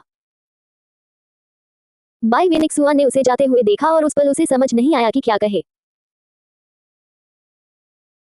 उसने आह भरी और फिर अपनी व्हीलचेयर को संभाला और हवेली से बाहर निकलकर अपने दादाजी के घर की ओर चल पड़ा। वैसे भी उसके दादाजी को देर सवेर पता चल ही जाएगा कि वह सुरक्षित ठिकाने पर पहुंच गया है, और अगर वह उनसे मिलने नहीं गया, तो बूढ़ा बाई उसे पीटने जरूर आएगा। जैसे ही वह हवेली पहुंचा, उसने देखा कि उसके दादाजी उसका इंतजार कर रहे हैं। उन्हें देखते ही बूढ़े मास्टर बाई गुस्से से भौहें चढ़ा बैठे। क्या तुम अब आ रहे हो? मैंने तुम्हें महीनों पहले बुलाया था, तुम कहाँ थे? दादाजी, क्या आपको लगता है कि हम अभी भी ऐसे दौर में जी रहे हैं जहां मैं हवाई जहाज पकड़कर आपसे मिलने आ सकता हूं? अपने पिता को नाराज देखकर बाई वेनिक सुआन असहाय महसूस कर रहा था। उसने आह भरी और कहा, यहाँ आने के लिए मुझे हर तरह की तरकीबें अपनानी पड़ी। आपको अंदाजा भी नहीं है कि आज के अराजक समाज का फायदा उठाकर हमारे परिवार के दुश्मन मुझे मारना चाहते थे। अगर मैं सावधान नहीं होता तो मुझे पता भी नहीं चलता कि मेरा क्या हुआ। उन्होंने धीरे धीरे अपनी व्हीलचेयर को हवेली के अंदर ले जाकर पूछा, लेकिन मुझे फोन करने की आपको इतनी जल्दी क्यों है? हालांकि वह पहले से ही जानता था, फिर भी बाई वेनिक्सुआन ये सुनना चाहता था कि उसके दादाजी उसे क्या कहना चाहते हैं। और क्यों? क्या मैंने तुम्हें नहीं बताया था कि मैंने तुम्हारी चाची को ढूंढ लिया है? वह इस सुरक्षित ठिकाने में रहती है और मैं। दादाजी, मुझे पता है कि आप मेरी चाची को अपनी बेटी के रूप में स्वीकार करने के लिए बहुत उत्सुक हैं, लेकिन मुझे सच बताएं। मौजूदा हालात से निपटे बिना आप उसे अपने साथ ले जाने के बारे में सोच भी कैसे सकते हैं? तुम्हारा क्या मतलब है? अपने पोते का जवाब सुनकर बूढ़े मास्टर बाई ने भौहें चढ़ा ली। बाई वेनिक्सुआन जानता था कि उसके दादाजी समझदार तो थे, लेकिन कभी कभी कुछ बातों को नजरअंदाज कर देते थे। उसने आह भरी और फिर धीमी आवाज में कहा, दादाजी, मुझे आपसे एक बात पूछनी है।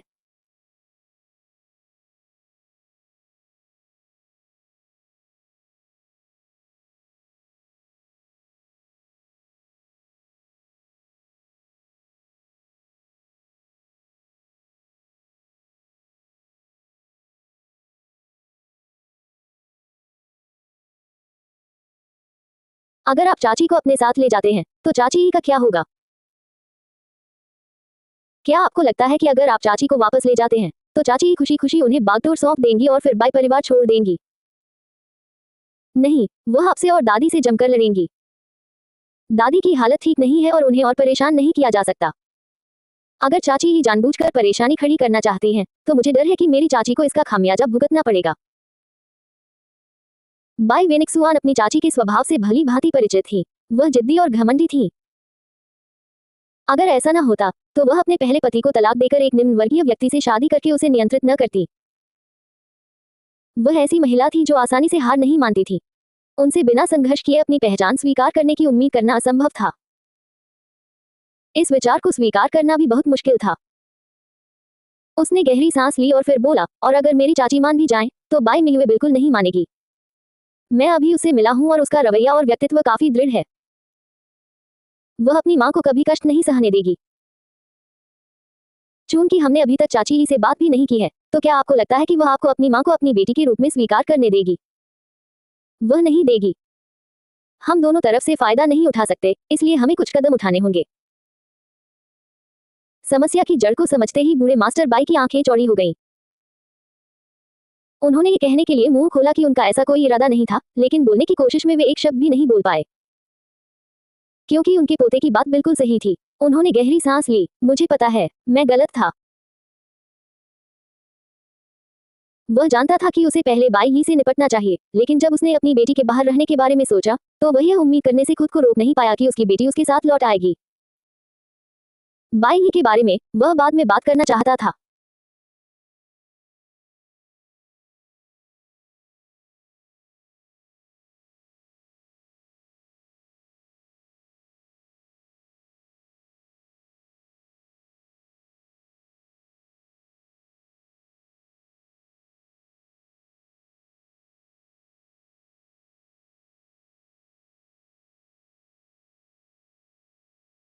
बाई वेनिक्सुआन अपने दादा के मन में चल रही बातों को जानता था और वह उपहास करने से खुद को रोक नहीं सका।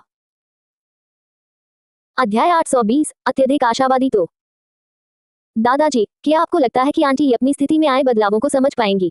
बाई वेनिक्सुआ ने आंखों में व्यंग्य का भाव लिए पूछा। जब उसने देखा कि उसके दादाजी सचमुच हिचकिचा रहे हैं, तो वह और क्या समझ सकता था। उसने सिर हिलाया और कहा, दादाजी, लगता है आपको मेरी आंटी के गुणों का अंदाजा नहीं है। वह न केवल घमंडी है बल्कि क्रूर और चालाक भी है। अगर आप मेरी आंटी को घर वापस ले आए तो आंटी उनके लिए जरूर मुश्किलें खड़ी करेगी।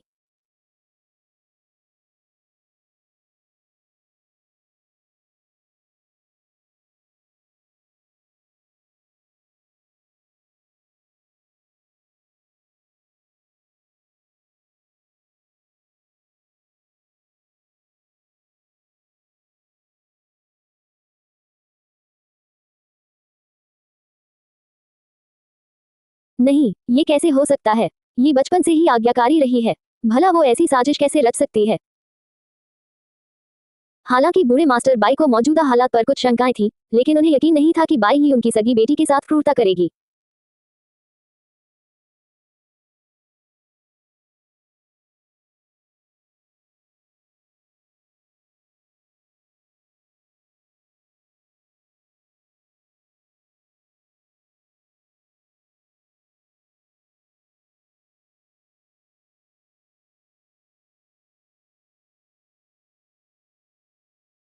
आखिर उसने इतने सालों तक यान वानिंग के फायदे उठाए थे और कम से कम वो इतना तो कर ही सकती थी कि उसका एहसान चुकाए। फायदा उठाने वाली होने के बावजूद वो यान वानिंग के साथ क्रूरता कैसे कर सकती थी? बाई वेनिक्सुआ ने गहरी सांस ली। इसीलिए मैंने कहा था कि तुम वर्तमान स्थिति को नहीं समझते। तुम्हें आंटी ही के व्यक्तित्व का कोई अंदाजा नहीं है, और फिर भी तुम मेरी आंटी को अपने साथ वापस ले जाना चाहते हो। शायद तुम्हें इस बात का पता न हो, लेकिन जब हम राजधानी में थे और दुनिया सामान्य थी, तब आंटी ही ने कई लड़कियों को बर्बाद कर दिया था क्योंकि उन्होंने चेंगयू से दोस्ती कर ली थी। वह लड़का जिसे लिंगलिंग पसंद करती है। क्या ऐसा भी कुछ है? बूढ़े मास्टर बाई दंग रह गए। उन्हें लगा कि वे अपनी बेटी को अच्छी तरह जानते हैं, लेकिन अब बाई वेनिक्सुआन उन्हें बता रही थी कि उन्हें पर्दे के पीछे क्या चल रहा है, इसका जरा भी अंदाजा नहीं था। बेशक राजधानी में किसी की भी हिम्मत नहीं होती थी मेरी चाची पर हाथ उठाने की, क्योंकि वह बाई परिवार से थी और इसी वजह से वह दिन ब दिन और अधिक कानूनविहीन होती जा रही थी। आपने मुझे ये बात क्यों नहीं बताई? बूढ़े मास्टर बाई ने तेवर चढ़ाते हुए पूछा। आखिर उन्हें इन बातों की जानकारी कैसे नहीं थी? अगर उन्हें सच पता होता तो वे बाई को इस तरह मनमानी करने की इजाजत कभी नहीं देते। क्या ये इसलिए नहीं है कि दादी मेरी चाची की रक्षा करने को तैयार हैं? हर बार जब कुछ होता है तो मेरी चाची दादी के सामने जाकर गिड़गिड़ाती हैं और फिर दादी मुझे फोन करके कहती हैं कि मैं तुम्हें कुछ न बताऊं। बाई वेनिक्सुआन अतीत के बारे में सोचते हुए थोड़ा थक गया। उसने कई बार चाची ही की मदद की थी और अब उसके दादाजी उसे बता रहे थे कि उसकी चाची उसकी सगी चाची भी नहीं है। सच कहूं तो वह अभी भी थोड़ा परेशान था। जितना उसने देखा, बाई मियुए एक सभ्य इंसान लगती थी। वह न तो घमंडी थी और न ही कमजोर, उसकी चाची भी अच्छी ही होनी चाहिए। लेकिन उसके दादा दादी की गलती की वजह से उसे बहुत सारी परेशानियों का सामना करना पड़ा। भला उसका मन बेचैन क्यों न होता? और जब उसने अपनी चाची की वजह से बर्बाद हुई कई महिलाओं के बारे में सोचा, तो उसकी बेचैनी और भी बढ़ गई। ये तुम्हारी दादी तो बिल्कुल मूर्ख हैं। बूढ़े मास्टर बाई ने कभी सोचा भी नहीं था कि सच्चाई ऐसी होगी। उन्हें इतना गुस्सा आया कि उनका मन किया कि किसी को पीट दें। उनकी पत्नी ऐसा कैसे कर सकती है? बाई ही ने कई युवतियों की जिंदगी बर्बाद कर दी और बाई लिंगलिंग को बिगाड़ दिया, फिर भी उनकी पत्नी ने उनसे सच्चाई छुपाई। फिर उन्होंने अपने पोते की ओर मुड़कर उसकी जांघ पर जोर से थप्पड़ मारा। तुम मुझसे भी सच्चाई कैसे छुपा सकते हो? अपने दादाजी की तुलना में बाई वेनिक्सुआन काफी शांत था। क्या यह इसलिए नहीं है क्योंकि दादी जी ने मुझसे वादा करवाया था? उन्होंने मुझसे कहा था कि अगर मैंने आपको सच बताया तो वह घर की छत से लटक कर आत्महत्या कर लेंगी और मुझे बाई परिवार का पापी बना देंगी। दादाजी, मैं पहले से ही अपाहिज हूँ। मैं जहाँ भी जाता हूँ लोग मेरा मजाक उड़ाते हैं। मैं हत्यारा कहलाने का कलंक कैसे सहन कर सकता हूँ? इसलिए मुझे सच छिपाना ही पड़ा। बेशक उसने महिलाओं को ऐसे पदों और नौकरियों में भी स्थापित किया जिनसे वे अपना जीवन बेहतर ढंग से जी सकें। ये बात उसने अपनी दादी और चाची को कभी नहीं बताई। उसे डर था कि बाई लिंगलिंग की ईर्ष्या को देखते हुए अगर उसे पता चल जाए कि वे महिलाएं अच्छा जीवन जी रही हैं तो वह उन्हें छोड़ देगी। बूढ़े मास्टर बाय अवाक रह गए। मैं तो उलझन में हूँ। वह कितनी उलझन में है? वह इतना भयानक काम कैसे कर सकती है? उसे ऐसा लगा जैसे उसकी सारी इज्जत और मान सम्मान जमीन पर पटक कर कुचल दिया गया हो। उसे लगता था कि उसने पूरी जिंदगी ईमानदारी से जी है, लेकिन अब उसका यह विश्वास चकनाचूर हो गया। उसका परिवार भी बाकी 3 परिवारों से कम जालिम नहीं था। इसीलिए मैं आपसे अनुरोध करती हूँ कि आप स्थिति पर ध्यानपूर्वक विचार करें। आंटी ही कोई साधारण महिला नहीं है और मेरी दादी उन्हें बहुत प्यार करती हैं। भले ही आप मेरी आंटी को वापस घर ले आएं, मुझे नहीं लगता कि मेरी दादी आंटी ही को जाने देंगी। वह चाहेंगी कि वे दोनों बहनों की तरह साथ रहें। और बाई मेयू ऐसी नहीं है जो अपनी मां को जरा सी भी परेशानी में पड़ने दे। बाई वेनिक्सुआ ने स्थिति को बखूबी समझा। वह अपने दादाजी की ओर भौहें चढ़ाकर ऐसे देखने लगा जैसे कुछ सोच रहा हो। और मुझे इसमें कुछ गलत भी नहीं लगता। आखिर चाची ही ने इतने सालों तक मेरी चाची की जगह ली है और वही सब कुछ संभाल रही थी। मेरी चाची को चाची ही के साथ अपनी जगह क्यों साझा करनी चाहिए?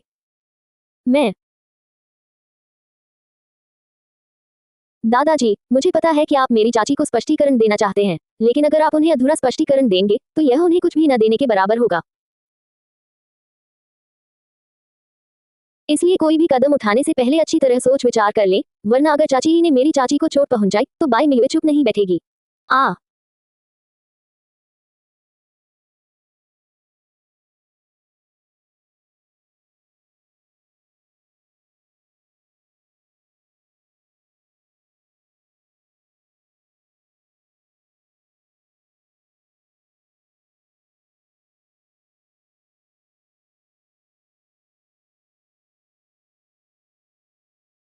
अध्याय 821, एक बड़ी आपदा आने वाली है। बूढ़े मास्टर बाई बोलना चाहते थे, लेकिन उन्हें एहसास हुआ कि बाई वेनिक्सुआन से कहने के लिए उनके पास कुछ भी नहीं है। उनका पोता सही था। बाई मेयुए के स्वभाव को देखते हुए वो कभी भी समझौता करने को तैयार नहीं होंगी। अगर उनकी मां को बाई परिवार में जगह नहीं मिली, तो बाई मेयुए यान वानिंग को कभी वापस नहीं आने देंगी। अंत में वह केवल गहरी आह भर सका। मुझे समझ नहीं आ रहा कि हमने किस प्रकार का पाप किया है। मेरी प्यारी बेटी को बदल दिया गया और इतने वर्षों तक उसकी जगह एक नकली बेटी को रखा गया। अब जब मुझे मेरी बेटी मिल गई है, तो मैं उसे वापस भी नहीं ला सकता। चिंता मत करो दादाजी, हम कोई न कोई उपाय निकाल ही लेंगे, बाई वेनिक्सुआ ने अपने बेटे के साथ खेलते हुए कहा। जब उन्होंने छोटे बच्चे की बिना दांत वाली मुस्कान देखी, तो वे भी मुस्कुराए बिना नहीं रह सके। बूढ़े मास्टर बाई ने अपने पोते पर एक नजर डाली। बाई वेनिक्सुआन को मुस्कुराते हुए देखकर उन्हें थोड़ा आश्चर्य हुआ। ये बर्फीला लड़का कब से मुस्कुराने लगा? शायद पिता बनने की वजह से ऐसा हो रहा था। पिता बनने की बात पर उन्होंने होंठ सिकोड़कर पूछा, यान वेई के बारे में तुम क्या करने वाले हो?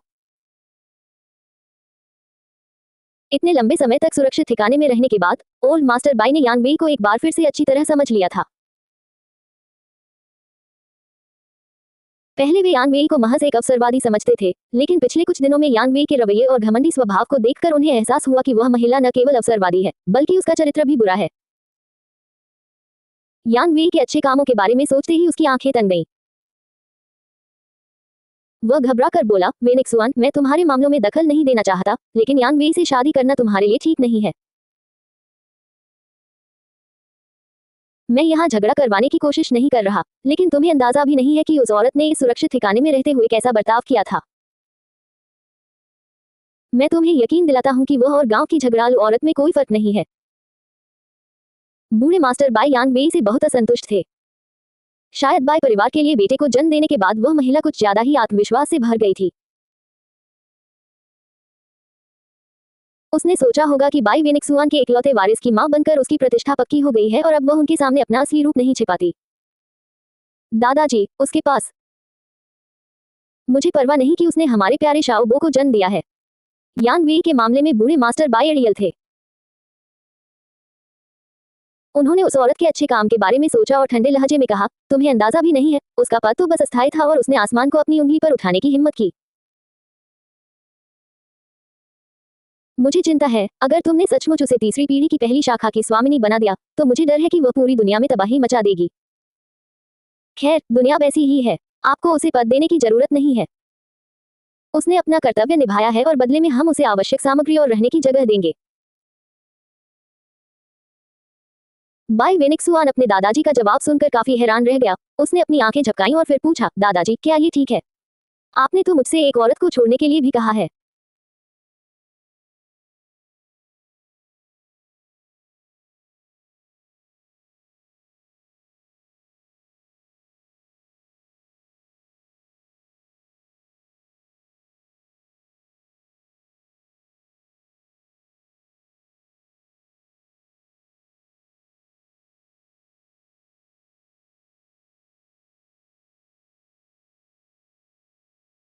उनके दादाजी ने ही उन्हें गंभीर व्यक्ति बनना और कभी भी गुंडागर्दी न करना सिखाया था। अब वही उसे एक महिला को छोड़ने के लिए कह रहा था। क्या वह सचमुच वही व्यक्ति था जिसने उसे एक सज्जन व्यक्ति की तरह व्यवहार करने के लिए कहा था? अपने पोते की बात सुनकर बूढ़े मास्टर बाई शर्म से लाल हो गए। उन्होंने गला साफ करते हुए कहा, अगर यह सच होता कि तुमने ही उसे सताया था, तो मैं तुम्हें उससे शादी करने की इजाजत दे देता, लेकिन उन्होंने अपने बड़े पोते को तिरस्कार भरी नजर से देखा और आगे कहा, लेकिन ये साफ है कि हर तरह से सताया गया व्यक्ति तुम ही हो। बाई वेंगसुआन। दूसरी ओर बाई मेयुए को बूढ़े मास्टर बाई और बाई वेनिक्सुआन के बीच चल रही बातों का कोई अंदाजा नहीं था। बाई वेनिक्सुआन के अचानक आने से वह थोड़ी चिंतित तो थी, लेकिन उतनी भी नहीं। अगली सुबह ही उसने अपनी मां को सारी सच्चाई बता दी थी, ताकि बाई वेनिक्सुआन के अचानक आने से उन्हें कोई परेशानी न हो। मां, वे चाहे कुछ भी कहें, उनकी बात मत मानना। वे तुम्हें राजधानी चलने के लिए कह सकते हैं, लेकिन वहां जाने का कोई फायदा नहीं है। आखिर बाई परिवार एक अनजान इलाका है और नकली लोग अभी भी मौजूद हैं। अगर तुम उनके पीछे जाओगी तो हो सकता है कि तुम्हें परेशान किया जाए। बाई मेयुए को चिंता थी कि उसकी मां बाई वेनिक्सुआन के झांसे में आ जाएगी। वह आदमी देखने में काफी धूर्त लग रहा था। वह नहीं चाहती थी कि उसकी मां बाई वेनिक्सुआन के झांसे में आए। यान वानिंग। उसे समझ नहीं आ रहा था कि क्या कहे। बाई मेयुए की चिंता देखकर वह भावुक तो हुई, लेकिन साथ ही थोड़ी परेशान और असहाय भी महसूस कर रही थी। क्या वह अपनी बेटी की नजरों में इतनी मूर्ख लग रही थी? क्या वह उसे इतनी सरल बातें बता रही थी? उसने बाई मेयुए से कहा, युयुए, चिंता मत करो। देखो माँ कितनी बूढ़ी हो गई है, मुझे अब माता पिता के प्यार की कोई चाह नहीं है। माँ की बस यही इच्छा है कि तुम और तुम्हारे भाई अच्छे से बस जाओ और सुखमय जीवन जियो। मैं राजधानी भागने जैसी मूर्खतापूर्ण हरकत क्यों करूंगी? मेरे लिए वहां क्या है? यान वानिंग अब 50 से ऊपर की हो चुकी थी। उन्हें बूढ़े मास्टर बाय और बाय परिवार के बाकी सदस्यों से कोई खास उम्मीद नहीं थी। इसके अलावा वह जानती थी कि बाय परिवार द्वारा उन्हें स्वीकार किए जाने की संभावना बहुत कम थी। आखिरकार वह नकली बेटी 50 साल से भी ज्यादा समय से वहीं रह रही थी। समय के साथ भावनाएं विकसित होती हैं, भले ही वह असली बेटी ही क्यों न हो, उसकी तुलना उस बेटी से कैसे की जानो वेलेरो। अध्याय 822, एक बड़ी आपदा तो। यान वानिंग अब पहले जैसी नहीं रही थी। अपनी बेटी और बेटों के साथ रहने के बाद उसे एहसास हुआ कि आत्मनिर्भर होने से बेहतर कुछ नहीं है। खैर, उसकी जिंदगी अब उतनी बुरी भी नहीं थी। कम से कम अब उसे हर दिन खाने पीने की चिंता नहीं करनी पड़ती थी। उसके बेटे और बेटी उसकी देखभाल करते थे, इसलिए उसे किसी बात की चिंता नहीं थी। जब बाई मेयुए ने अपनी मां का जवाब सुना तो उसने राहत की सांस ली। उसे खुशी थी कि उसकी मां ने मामले को अंत तक सुलझा लिया था। युयुए, चिंता करना बंद करो। बाई जिक्सुआन ने टोस्ट का एक टुकड़ा खाया और अपनी बहन को देखकर मुस्कुराया, जो बेवजह परेशान हो रही थी। मां कोई भोली बच्ची नहीं है। अगर बाई परिवार हमारी मां का अपहरण भी करना चाहे तो मुझे नहीं लगता कि वह उनके झूठ पर विश्वास करेगी। आखिर उनकी मां अब गांव की औरत नहीं थी। उन्होंने दुनिया के अंत के बाद बहुत कुछ देखा था और जानती थी कि इंसान के दिल में छिपी क्रूरता समुद्र की गहराई से भी कहीं ज्यादा गहरी होती है। अगर यान वानिंग बाई परिवार के मुंह से निकले एक भी शब्द पर विश्वास करती है तो यह आश्चर्यजनक होगा। बाई जिक्सुआन की बात सुनकर बाई मेयुए ने अपनी आंखें घुमाई। हो सकता है कि उसका दूसरा भाई बाई परिवार की स्थिति से अनजान हो, लेकिन बाई मेयुए को यह आभास था कि राजधानी का बाई परिवार साधारण नहीं था। अपने पिछले जीवन में उसने राजधानी के बाई परिवार के बारे में बहुत कुछ सुना था और जिस तरह से उन्होंने इतनी प्रसिद्धि हासिल की, जरूर कुछ गड़बड़ है। जिक्सुआन, बाईजान ने अपने सबसे छोटे भाई की ओर देखा। कम बोलो, ठीक है। युयुए को सिर्फ मां की चिंता है और कुछ नहीं। अपनी छोटी बहन को बेवजह परेशान मत करो। बाई जिक्सुआन धीरे से हंसा। हालांकि उसने बाई मेयुए का मजाक उड़ाने की हिम्मत नहीं की, इसके बजाय उसने कुछ झींगा पकौड़े उठाए और उन्हें खा लिया। मां, मैं बाकी टीम के साथ गश्त पर जाता हूं। हालांकि रक्षा प्रणाली पहले से बेहतर है, मैंने सुना है कि कोई बड़ी गड़बड़ी सुरक्षित अड्डे की ओर बढ़ रही है। बेहतर होगा कि हम उन पर नजर रखें, बजाय इसके कि वे हमारे सुरक्षित अड्डे के करीब आ जाएं। जब बाई मेयुए ने सुना कि कोई बड़ी गड़बड़ी सुरक्षित ठिकाने की ओर बढ़ रही है, तो उसने नाश्ता करना रोक दिया। ऐसा लग रहा था कि ज़ॉम्बी का राजा उनके सुरक्षित ठिकाने के करीब आ रहा है। लगता है उसे अपने सुरक्षित ठिकाने के आसपास की चीजों पर ध्यान देना शुरू करना होगा। जब यान वानिंग ने सुना कि एक और बड़ा संकट उनके सुरक्षित ठिकाने की ओर बढ़ रहा है, तो वह काफी चिंतित हो गई। उसने बिना सोचे समझे कहा, जिक्सुआन, क्या ये वाकई खतरनाक है? ये राक्षस एक के बाद एक कैसे प्रकट हो रहे हैं? माँ, मुझे कैसे पता चलेगा? अभी की स्थिति देखो, मुझे डर है कि हालात और भी खतरनाक हो जाएंगे। बाई जिक्सुआन ने गहरी सांस ली। हालांकि कुछ महीने पहले दुनिया का अंत हो चुका था, बाई जिक्सुआन जानती थी कि मौजूदा बदलाव तो बस शुरुआत है। बाई मेयुए ने कुछ नहीं कहा, लेकिन उसे यह स्वीकार करना पड़ा कि उसके भाई बहुत ही बुद्धिमान थे। वे चीजों को स्पष्ट रूप से समझ लेते थे। बाई जिक्सुआन बिल्कुल सही था। हालात अब और भी खतरनाक होते जाएंगे। मौजूदा स्थिति को देखते हुए तीसरे और चौथे दर्जे के ज़ॉम्बी जल्द ही प्रकट होने वाले हैं। भाई, आपको घर पर ही रहना चाहिए। बाई मेयुए जानती थी कि बाहर का माहौल इस समय खतरनाक है और अगर उसका दूसरा भाई आसपास का जायजा लेने जाता है तो ये जोखिम भरा होगा। उसने टिश्यू से अपने होंठ पोंछे और खड़ी हो गई। ए लेवल से नीचे के सभी क्षमता धारकों को हवेली में वापस जाकर वहीं रहने के लिए कहो। आज से केवल एस और ए रैंक वाले ही गश्त पर जा सकते हैं।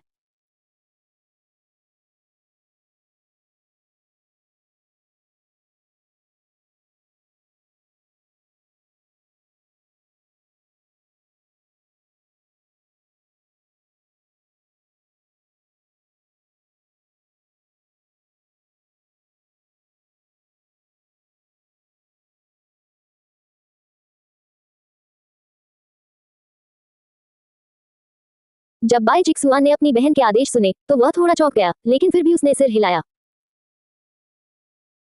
किसी कारणवश वह जानता था कि बाई मेयुए खतरनाक परिस्थितियों से निपटने की योजना बनाने में उसे और उसके बड़े भाई से कहीं बेहतर है।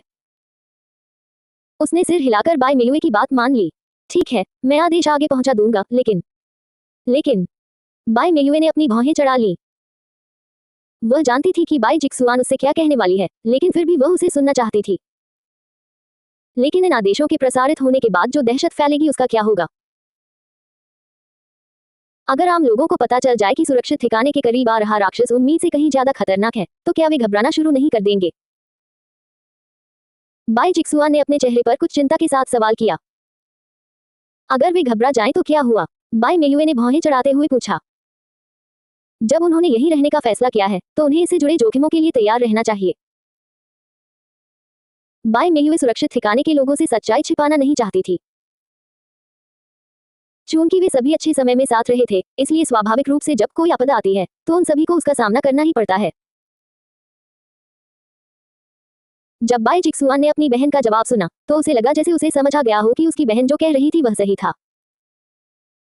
उसने गुनगुनाते हुए कहा, ठीक है, क्योंकि तुमने फैसला कर ही लिया है, तो मैं वैसा ही करूंगा जैसा तुमने कहा है। अपनी बात खत्म करते ही बाई जिक्सुआन मुड़कर हवेली से बाहर निकल गया। चूंकि बाई मेयुए ने सब कुछ व्यवस्थित किया था, इसलिए अगर वह इसे बिगाड़ देता तो ये शर्मनाक होता। बाई मेयुए ने अपने दूसरे भाई को जाते हुए देखा और मौजूदा हालात के बारे में सोचने लगी। अंत में उसने बाई जिक्सुआन के पीछे जाने का फैसला किया।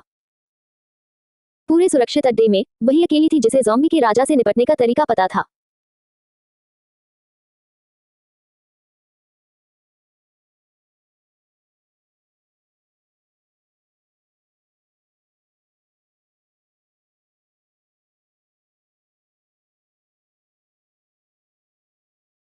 अगर वह हवेली के अंदर ही रहती तो कौन जाने क्या हो जाता। बेहतर यही होगा कि वह बाहर जाकर हालात पर नजर रखे। अपने बेहद गर्भवती पेट पर हाथ रखकर बाई मेयुए भी हवेली से बाहर निकल गई। तभी सकती है जो इतने सालों से उनके साथ रह रही थी। अध्याय 823 ज़ोंबी राजा। कहीं जा रही हो? ले यान चलकर उसके पास आई। वह धूल से सनी हुई थी और देखकर लग रहा था कि इस बार का मिशन आसान नहीं था। जब बाई मेयुए ने उसे मिट्टी से सना हुआ देखा, तो वह थोड़ी चिंता से भौहें सिकुड़ने से खुद को रोक नहीं पाई। क्या हुआ? वह जल्दी से पास गई और उसने एक नजर डाली। जब उसे यकीन हो गया कि लेईयान को कोई चोट नहीं आई है और उसके चेहरे पर बस कुछ खरोंचे हैं, तभी उसे थोड़ी राहत मिली। हालांकि उसके दिल की चिंता कम नहीं हुई थी और उसने फिर पूछा, क्या कुछ हुआ है? लगता है ज़ॉम्बीज़ का रूप बदल रहा है। लेईयान बहुत थक गई थी और वापस जाकर आराम करना चाहती थी, लेकिन मिशन के दौरान जिन ज़ॉम्बीज़ का उसे सामना करना पड़ा था, उनके बारे में सोचकर उसने फैसला किया कि उन्हें पहले बाई मेयुए को ये खबर देनी चाहिए। आखिर वही तो सुरक्षित अड्डे की जिम्मेदारी संभाल रही थी। तुम्हें अंदाजा भी नहीं है, लेकिन वे न सिर्फ ज्यादा ताकतवर हो गए हैं, बल्कि पहले से कहीं ज्यादा फुर्तीले और तेज दिमाग वाले भी हो गए हैं।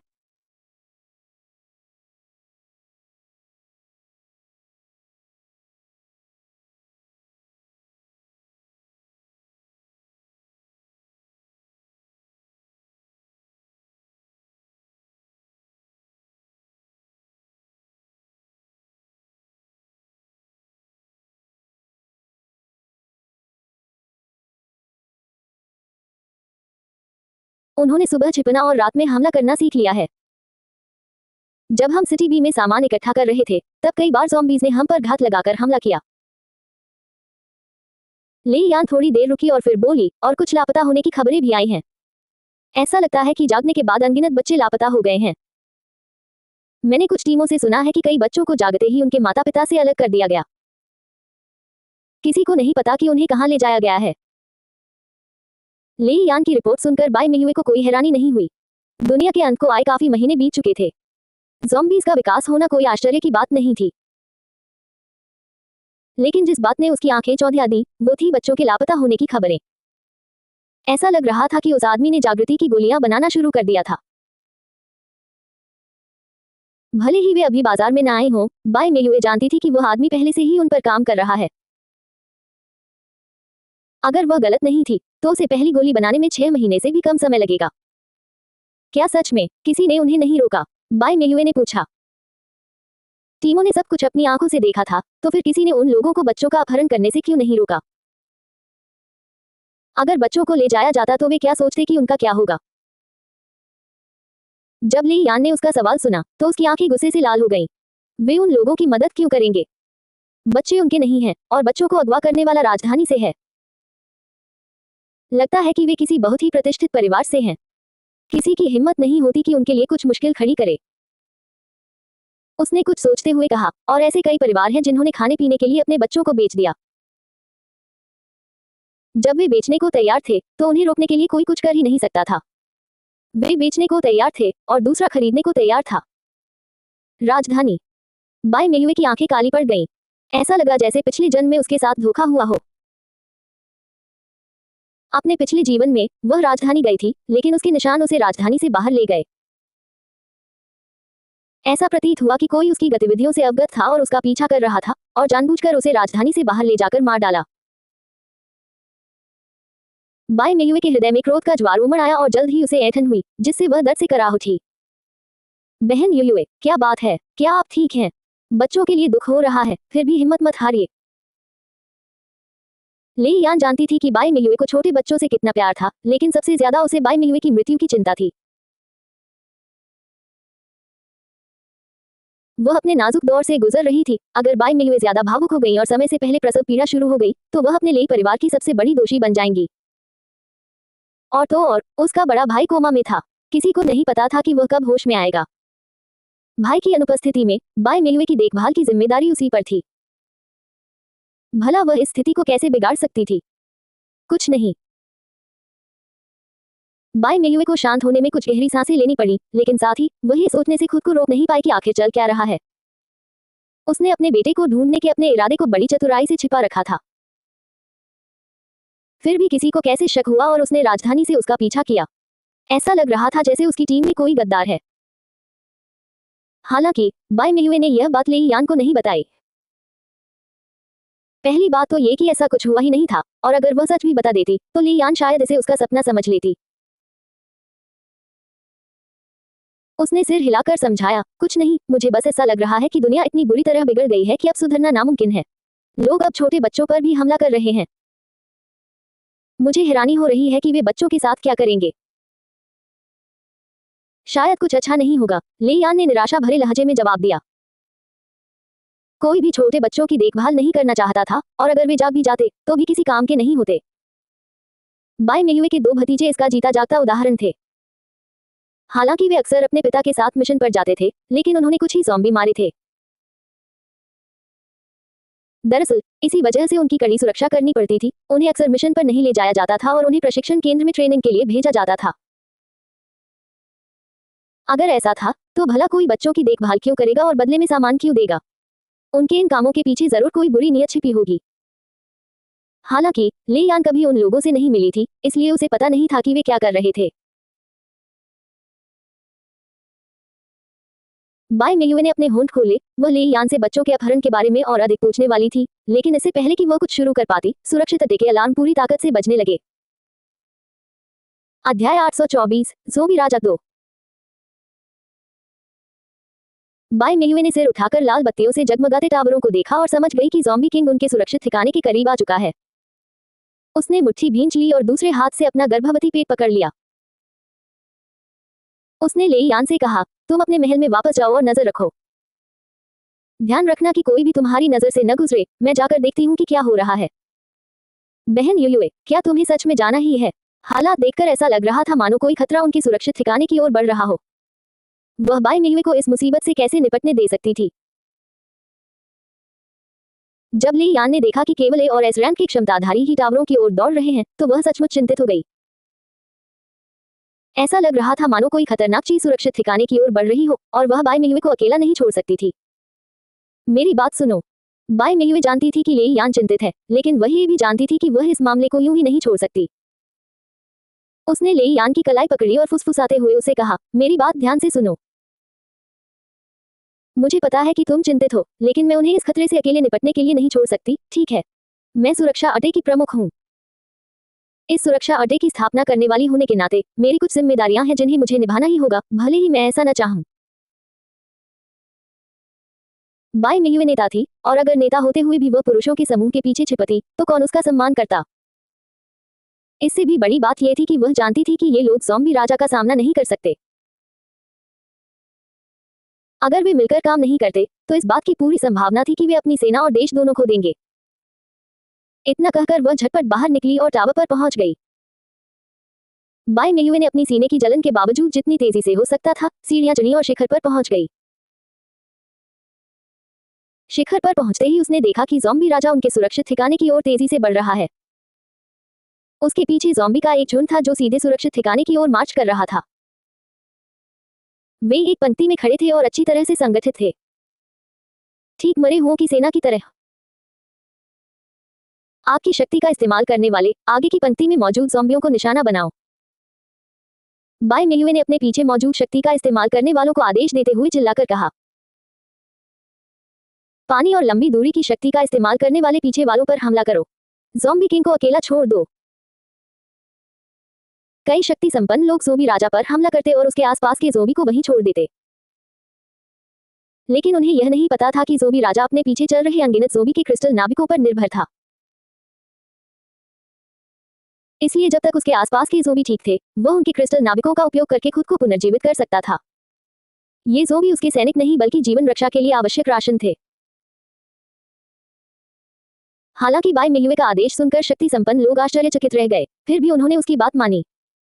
उन्होंने ज़ॉम्बी राजा के बजाय ज़ॉम्बी पर हमला कर दिया। जल्द ही ज़ॉम्बी की दहाड़ें चारों ओर गूंजने लगी क्योंकि शक्ति संपन्न लोगों ने एक के बाद एक उन पर हमला करना शुरू कर दिया। इसी बीच बाई मियुए ने अपना ध्यान ज़ॉम्बी राजा की ओर मोड़ा। वह जानती थी कि इस मामले को रक्षा प्रणाली के भरोसे नहीं छोड़ा जा सकता। उसने 3-4 विशालकाय राक्षसों को बुलाया। वे ज़ॉम्बी राजा जितने ही बड़े थे, और बाई मियुए के नियंत्रण में वे सीधे ज़ॉम्बी राजा की ओर दौड़े। 4 बर्फीले डंडे ज़ॉम्बी राजा पर गिरे, जिससे वह विशालकाय राक्षस लड़खड़ा गया और उसकी गति धीमी हो गई। हालांकि ज़ॉम्बी राजा कोई साधारण ज़ॉम्बी नहीं था। वह न केवल ज़ॉम्बी को नियंत्रित करने में सक्षम था, बल्कि बर्फीले राक्षसों से भी अधिक फुर्तीला और चुस्त था। उसने राक्षसों पर झपट्टा मारा और एक ही समय में 2 को ढेर कर दिया, जबकि बाकी 2 ज़ॉम्बी ने उन पर हमला कर दिया। ये देखकर बाई मियुए ने अपनी आंखें सिकोड़ लीं। उसने तुरंत उन राक्षसों पर छिपे हुए बर्फीले परजीवियों को छोड़ दिया और चारों राक्षसों को एक के बाद एक विस्फोट कर दिया। ज़ॉम्बीज़ का कोई तापमान नहीं था और वे मनुष्यों से भी ठंडे थे, लेकिन ज़ॉम्बी राजा अलग था। निरंतर परमाणु ऊर्जा के प्रवाह को अवशोषित करने के कारण उसका तापमान निम्न श्रेणी के ज़ॉम्बी से भी अधिक था। बाई मियुए ने अपने होंठ सिकुड़े और उंगलियां चटकाईं, जिससे बर्फ के टुकड़े अनगिनत ज़ॉम्बी के सिर काटते हुए ज़ॉम्बी राजा की आंखों पर हमला करने लगे। गर्जन।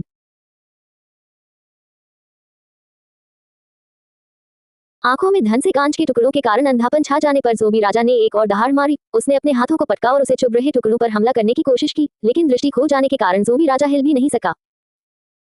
रक्षा प्रणाली शुरू करो। बाई मियुए ने तब तक इंतजार किया जब तक ज़ॉम्बी राजा बुरी तरह घायल नहीं हो गया, फिर उसने गुरुत्वाकर्षण नियंत्रण सक्रिय किया।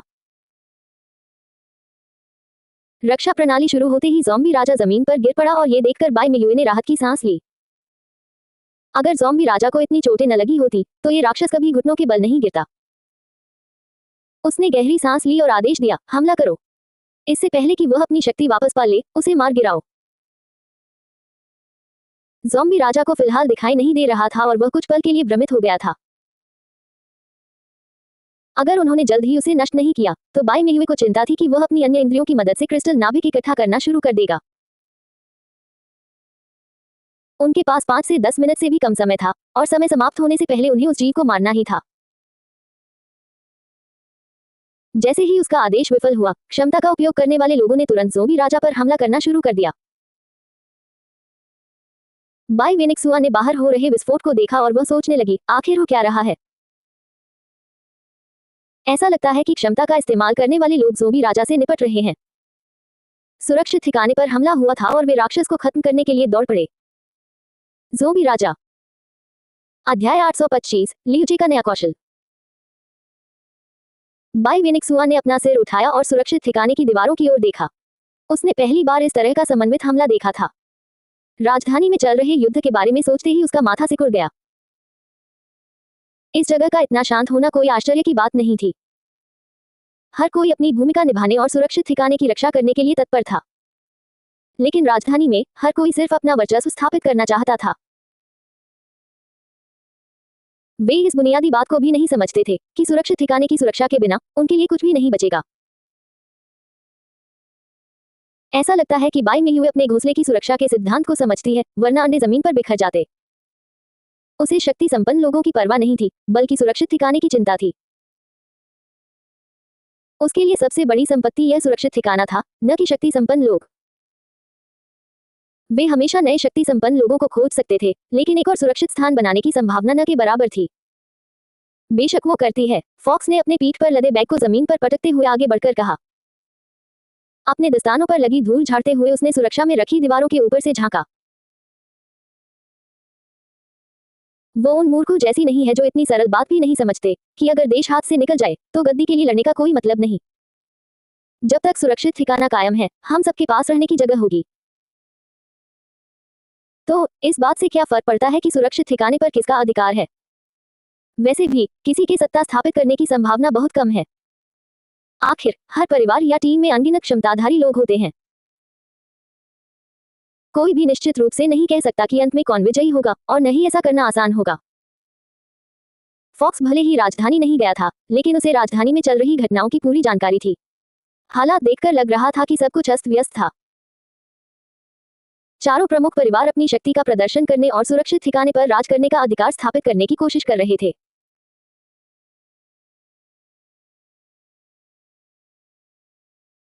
चूंकि इन चारों परिवारों के बीच हमेशा से ही प्रतिद्वंद्विता रही थी, इसलिए यह आश्चर्य की बात नहीं थी कि अब जब उन्होंने शक्तिशाली शक्तियों वाले लोगों को अपने साथ मिला लिया था और सुरक्षित ठिकाने को आपस में बांट लिया था, तो इन चारों परिवारों के बीच युद्ध छिड़ गया था।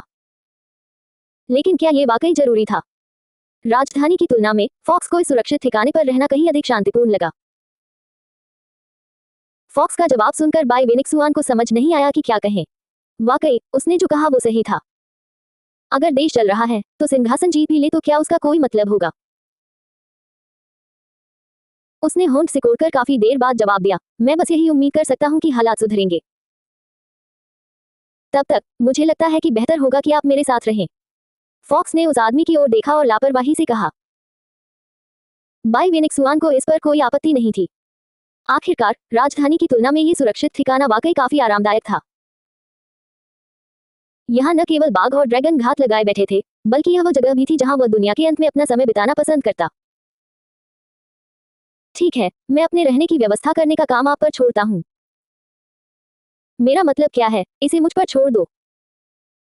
क्या तुम्हें पता भी है कि तुम्हारे ठहरने के लिए मुझे 1 लाख क्रिस्टल नाविकों का इंतजाम करना पड़ा था? राजधानी लौटने पर तुम क्रिस्टल नाविकों को तैयार रखना, फॉक्स ने ताना मारा। वह जानता था कि बाई वेनिक्सुआन उसके साथ चाल चल रही है, लेकिन वह इसे यूं ही जाने देने को तैयार नहीं था। बाई वेनिक्सुआन मुस्कुराए, बिल्कुल बिल्कुल। दूसरी ओर बाई मियुए ने ज़ॉम्बी राजा से निपटने के बाद कमर पर सहारा लेकर द्वार की ओर चलना शुरू किया। किसी को भी घृणा से भर देने वाले उस क्षत विक्षत शव को देखकर बाई मियुए ने अपनी भौहें सिकोड़ ली। हालांकि जब उसने क्रिस्टल नाभिक के बारे में सोचा, तो उसने अपने मन की घृणा को दबा लिया और एक छोटे से हिममानव को बुलाया, जो ज़ॉम्बी राजा की बुरी तरह क्षतिग्रस्त खोपड़ी के पास गया और मांस और मस्तिष्क में गहराई से दबे हुए क्रिस्टल नाभिक को खींचकर निकाल लिया।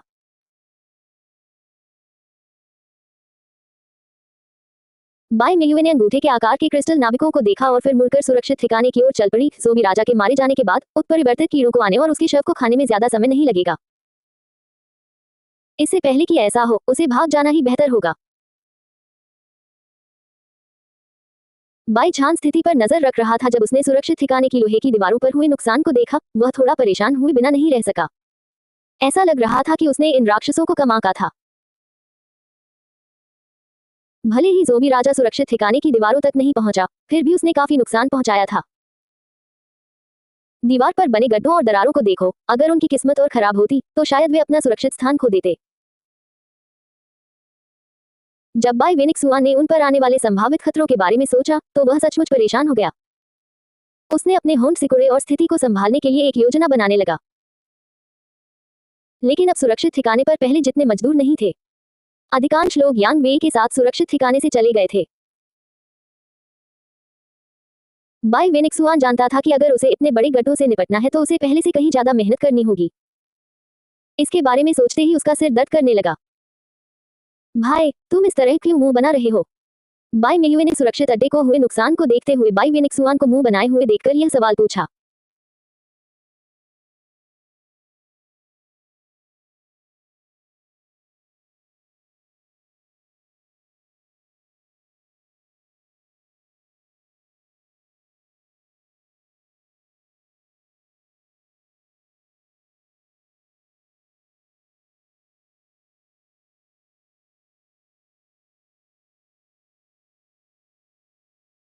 इन बड़े बड़े गड्ढों को देखो, ये चीजें एक दो दिन में ठीक नहीं होंगी। अगर फिर से हमला हुआ तो क्या होगा? हमें हर चीज पर फिर से विचार और मूल्यांकन करना होगा। लगता है दीवारों की मोटाई काफी नहीं है। और सामग्री, हमें इसे लोहे के अलावा किसी और चीज से बदलना होगा क्योंकि यह इन राक्षसों को बाहर रखने के लिए पर्याप्त नहीं है। नोवेलेरो अध्याय 826 लियुची का नया कौशल द्वितीय। बड़े भाई, जल्दबाजी मत करो। एक समय में एक ही काम करो, ऐसी चीजों में जल्दबाजी नहीं करनी चाहिए। बाई मियुए भी जानती थी कि उसका भाई आज हुए नुकसान को लेकर चिंतित है, लेकिन यह ऐसी चीज नहीं थी जिसका समाधान एक ही रात में हो सके। उसने आह भरी और अपने भाई से कहा, हमें पहले कुछ योजना बनानी होगी, उसके बाद ही हम इन नुकसानों से निपटने के लिए कोई और योजना बना सकते हैं। हाँ, मुझे पता है, लेकिन बाई झाई ने आह भरते हुए समझाया, पर अगले कुछ दिनों में सब ठीक ही रहेगा, इसकी गारंटी कौन दे सकता है? अगर फिर से हमला हो गया तो क्या होगा? तब हम क्या करेंगे? नुकसान बहुत ज्यादा हुआ है और दीवारें काफी कमजोर हो गई हैं। अगर सब ठीक भी हो गया तो फिर से हमला हो गया तो क्या होगा? मुझे डर है कि इस बार तो आम ज़ॉम्बियों की भीड़ भी हमारे सुरक्षित ठिकाने की दीवारों को तोड़ सकती है। बाई मियुए भी इस बात से चिंतित थी। उसने अपने होंठ सिकुड़े और कुछ देर सोचने के बाद धीमी आवाज में कहा, मुझे पता है, बड़े भाई, लेकिन हम जल्दबाजी में फैसला नहीं कर सकते। तब तक जो संसाधन उपलब्ध हैं, उन्हीं से काम चलाने की कोशिश कीजिए। वैसे भी सुरक्षित अड्डे पर ज्यादा मजदूर नहीं है जिन्हें आप काम पर लगा सकें। यह एक समस्या थी और दुर्भाग्य से यांग वे की हरकत के बाद वे कुछ नहीं कर सकते थे। तो फिर मुझे कोशिश करने दीजिए। पीछे से एक आवाज आए और बाई मियुए ने मुड़कर उस आदमी को देखा जो उसकी ओर आ रहा था। लियुचे, तुम मिशन से वापस आ गए। लियुचे मुस्कुराते हुए पास आया और सिर हिलाया। हाँ, सही है, मैं अभी अभी मिशन से लौटा हूँ। मेरी बहन मिशन के निष्कर्षों की रिपोर्ट भाई गुफू को देने गई थी और मैं तुम्हें ढूंढने आया था। आप कैसे मदद कर सकते हैं? बाईजान ने बगल से पूछा जब उसने लियुचे को ये कहते सुना कि वो सुरक्षित अड्डे के आसपास सुरक्षा बढ़ाने में उनकी मदद करना चाहता है। जहां तक उन्हें पता था, इस आदमी की क्षमता जहर से संबंधित थी और भले ही उसके पास कुछ आक्रमणकारी क्षमताएं हों, वह किसी भी प्रकार की सुरक्षात्मक क्षमता प्रदान नहीं कर सकता था, सिवाय किसी व्यक्ति को मृत्यु के घाट उतारने के। वास्तव में उसे भी सुरक्षात्मक क्षमता नहीं माना जा सकता था। बड़े भाई, पहले उनकी बात सुन लेते हैं। बाई मियुए जानती थी कि लियुचे कभी उन्हें ढूंढने नहीं आएगा। वैसे भी विष का इस्तेमाल करने वालों को कम आंकने की कोई जरूरत नहीं थी। जैसे जैसे वे अपनी क्षमताओं को बढ़ाते जाते, वैसे वैसे अनगिनत कौशल विकसित होते जाते। इसलिए विष का इस्तेमाल करने वालों को कम आंकने की कोई आवश्यकता नहीं थी। फिर उसने उस आदमी की ओर मुड़कर पूछा, आखिर आपके मन में क्या चल रहा है? लियुची मुस्कुराया और फिर उसने कसकर बंद जार में सुरक्षित रूप से रखे गए उत्परिवर्तित कीड़ों को बाहर निकाला। जार के अंदर लाल जहरीली गैस का एक स्तंभ था और उसके चारों ओर उत्परिवर्तित कीड़ों का एक झुंड था जो स्तंभ के अंदर या उसके पास जाने से इनकार कर रहा था। ये कीड़े तुम्हें कहां से मिले? बाई मेयुए लियू चे के हाथों में उत्परिवर्तित कीड़े देखकर दंग रह गई। क्या तुम भूल गए? तुमने कुछ शक्ति संपन्न लोगों को उत्परिवर्तित कीड़े इकट्ठा करने के लिए कहा था क्योंकि तुम शोधकर्ताओं के साथ उनका अध्ययन करना चाहते थे और इसी तरह कई शक्ति संपन्न लोगों ने वास्तव में इन कीड़ों को पकड़ा था। उनमें से कुछ ने तो इन्हें चुपके से अपने पास भी रखा था क्योंकि वे परेशानी खड़ी करना चाहते थे। सफाई के बाद हमें ये उत्परिवर्तित कीड़े उन लोगों के घरों में मिले जो सुरक्षित ठिकाने से बाहर चले गए थे। तभी बाई मियुए को एहसास हुआ कि उसने वास्तव में उत्परिवर्तित कीड़ों को इकट्ठा करने का आदेश इसलिए दिया था क्योंकि वह उस समय फैल रहे प्रलयकारी वायरस का अध्ययन करना चाहती थी। इसी कारण से उसने कुछ उत्परिवर्तित कीड़ों को इस उम्मीद में इकट्ठा किया था कि वे प्रतिरक्षा प्रदान करने वाला टीका विकसित कर सकेंगे। किसने सोचा होगा कि उत्परिवर्तित कीड़ों को शोधकर्ताओं को सौंपने के बाद बाई मियुए इस बात को भूल जाएगी जिससे क्षमता का उपयोग करने वालों को इन कीड़ों को पालने और उनके लिए मुसीबत खड़ी करने का मौका मिल जाएगा। अगर सफाई अभियान नहीं चलाया गया होता तो बाई मियुए को चिंता थी कि बहुत सारी मुसीबतें खड़ी हो जाती। लियू चे की बात सुनकर बाई मियुए ने माफी मांगते हुए कहा, मुझे बहुत खेद है। मुझे उन लोगों के बारे में पता नहीं था जो मेरी पीठ पीछे अच्छाई कर रहे थे। उन्होंने दरअसल अपने घरों में उत्परिवर्तित कीड़े छिपा रखे थे। अगर ये उत्परिवर्तित कीड़े भाग निकलते तो सुरक्षित ठिकाने में अफरा तफरी मच जाती। वहां इतने सारे बुजुर्ग और बच्चे थे, वे इन लोगों के हाथों अपनी जान गंवा देते और इन लोगों की निर्दयता और बेशर्मी को देखते हुए बाई मियुए जानती थी कि उन्हें इसका कभी पछतावा नहीं होता। इसमें तुम्हारी कोई गलती नहीं है, तुम तो बस लोगों की मदद करने की कोशिश कर रहे थे। किसने सोचा होगा कि वे तुम्हारी दयालुता का फायदा उठाएंगे और तुम्हारे लिए मुसीबत खड़ी करेंगे? लियू चे ने कंधे उचकाते हुए कहा, तुम तो बस उनकी मदद करने की कोशिश कर रहे थे और कुछ नहीं। हालांकि बाई मियुए को अभी भी थोड़ा अपराध बोध हो रहा था। बाल बाल बच गई। अगर उसकी किस्मत अच्छी न होती तो कौन जानता क्या हो जाता। अच्छा हुआ कि ये चीजें भोजन की कमी में धीरे धीरे बढ़ती हैं, वरना कौन जानता क्या हो जाता। खैर, अच्छा हुआ कि वे इसे पीछे छोड़ गए। इन उत्परिवर्तित कीड़ों की वजह से मैं बिना ज्यादा नुकसान पहुंचाए एक नया कौशल विकसित कर पाया। बोलते हुए उसने घड़ा हवा में उठाया जिससे बाई मियुए और बाई जान घड़े के अंदर साफ देख सके। जब घड़ा उनकी आंखों के सामने आया तभी वे उन उत्परिवर्तित कीड़ों के शव देख पाए जिन्होंने लाल जहरीली हवा के खंभे को पार करने की कोशिश की थी। ये सब क्या हो रहा है? बाई जान ने उत्परिवर्तित कीड़ों से भरे जार को देखते हुए पूछा। वह पहले से भी ज्यादा उलझन में था क्योंकि उसे समझ नहीं आ रहा था कि लियू चे क्या करने की कोशिश कर रहा है।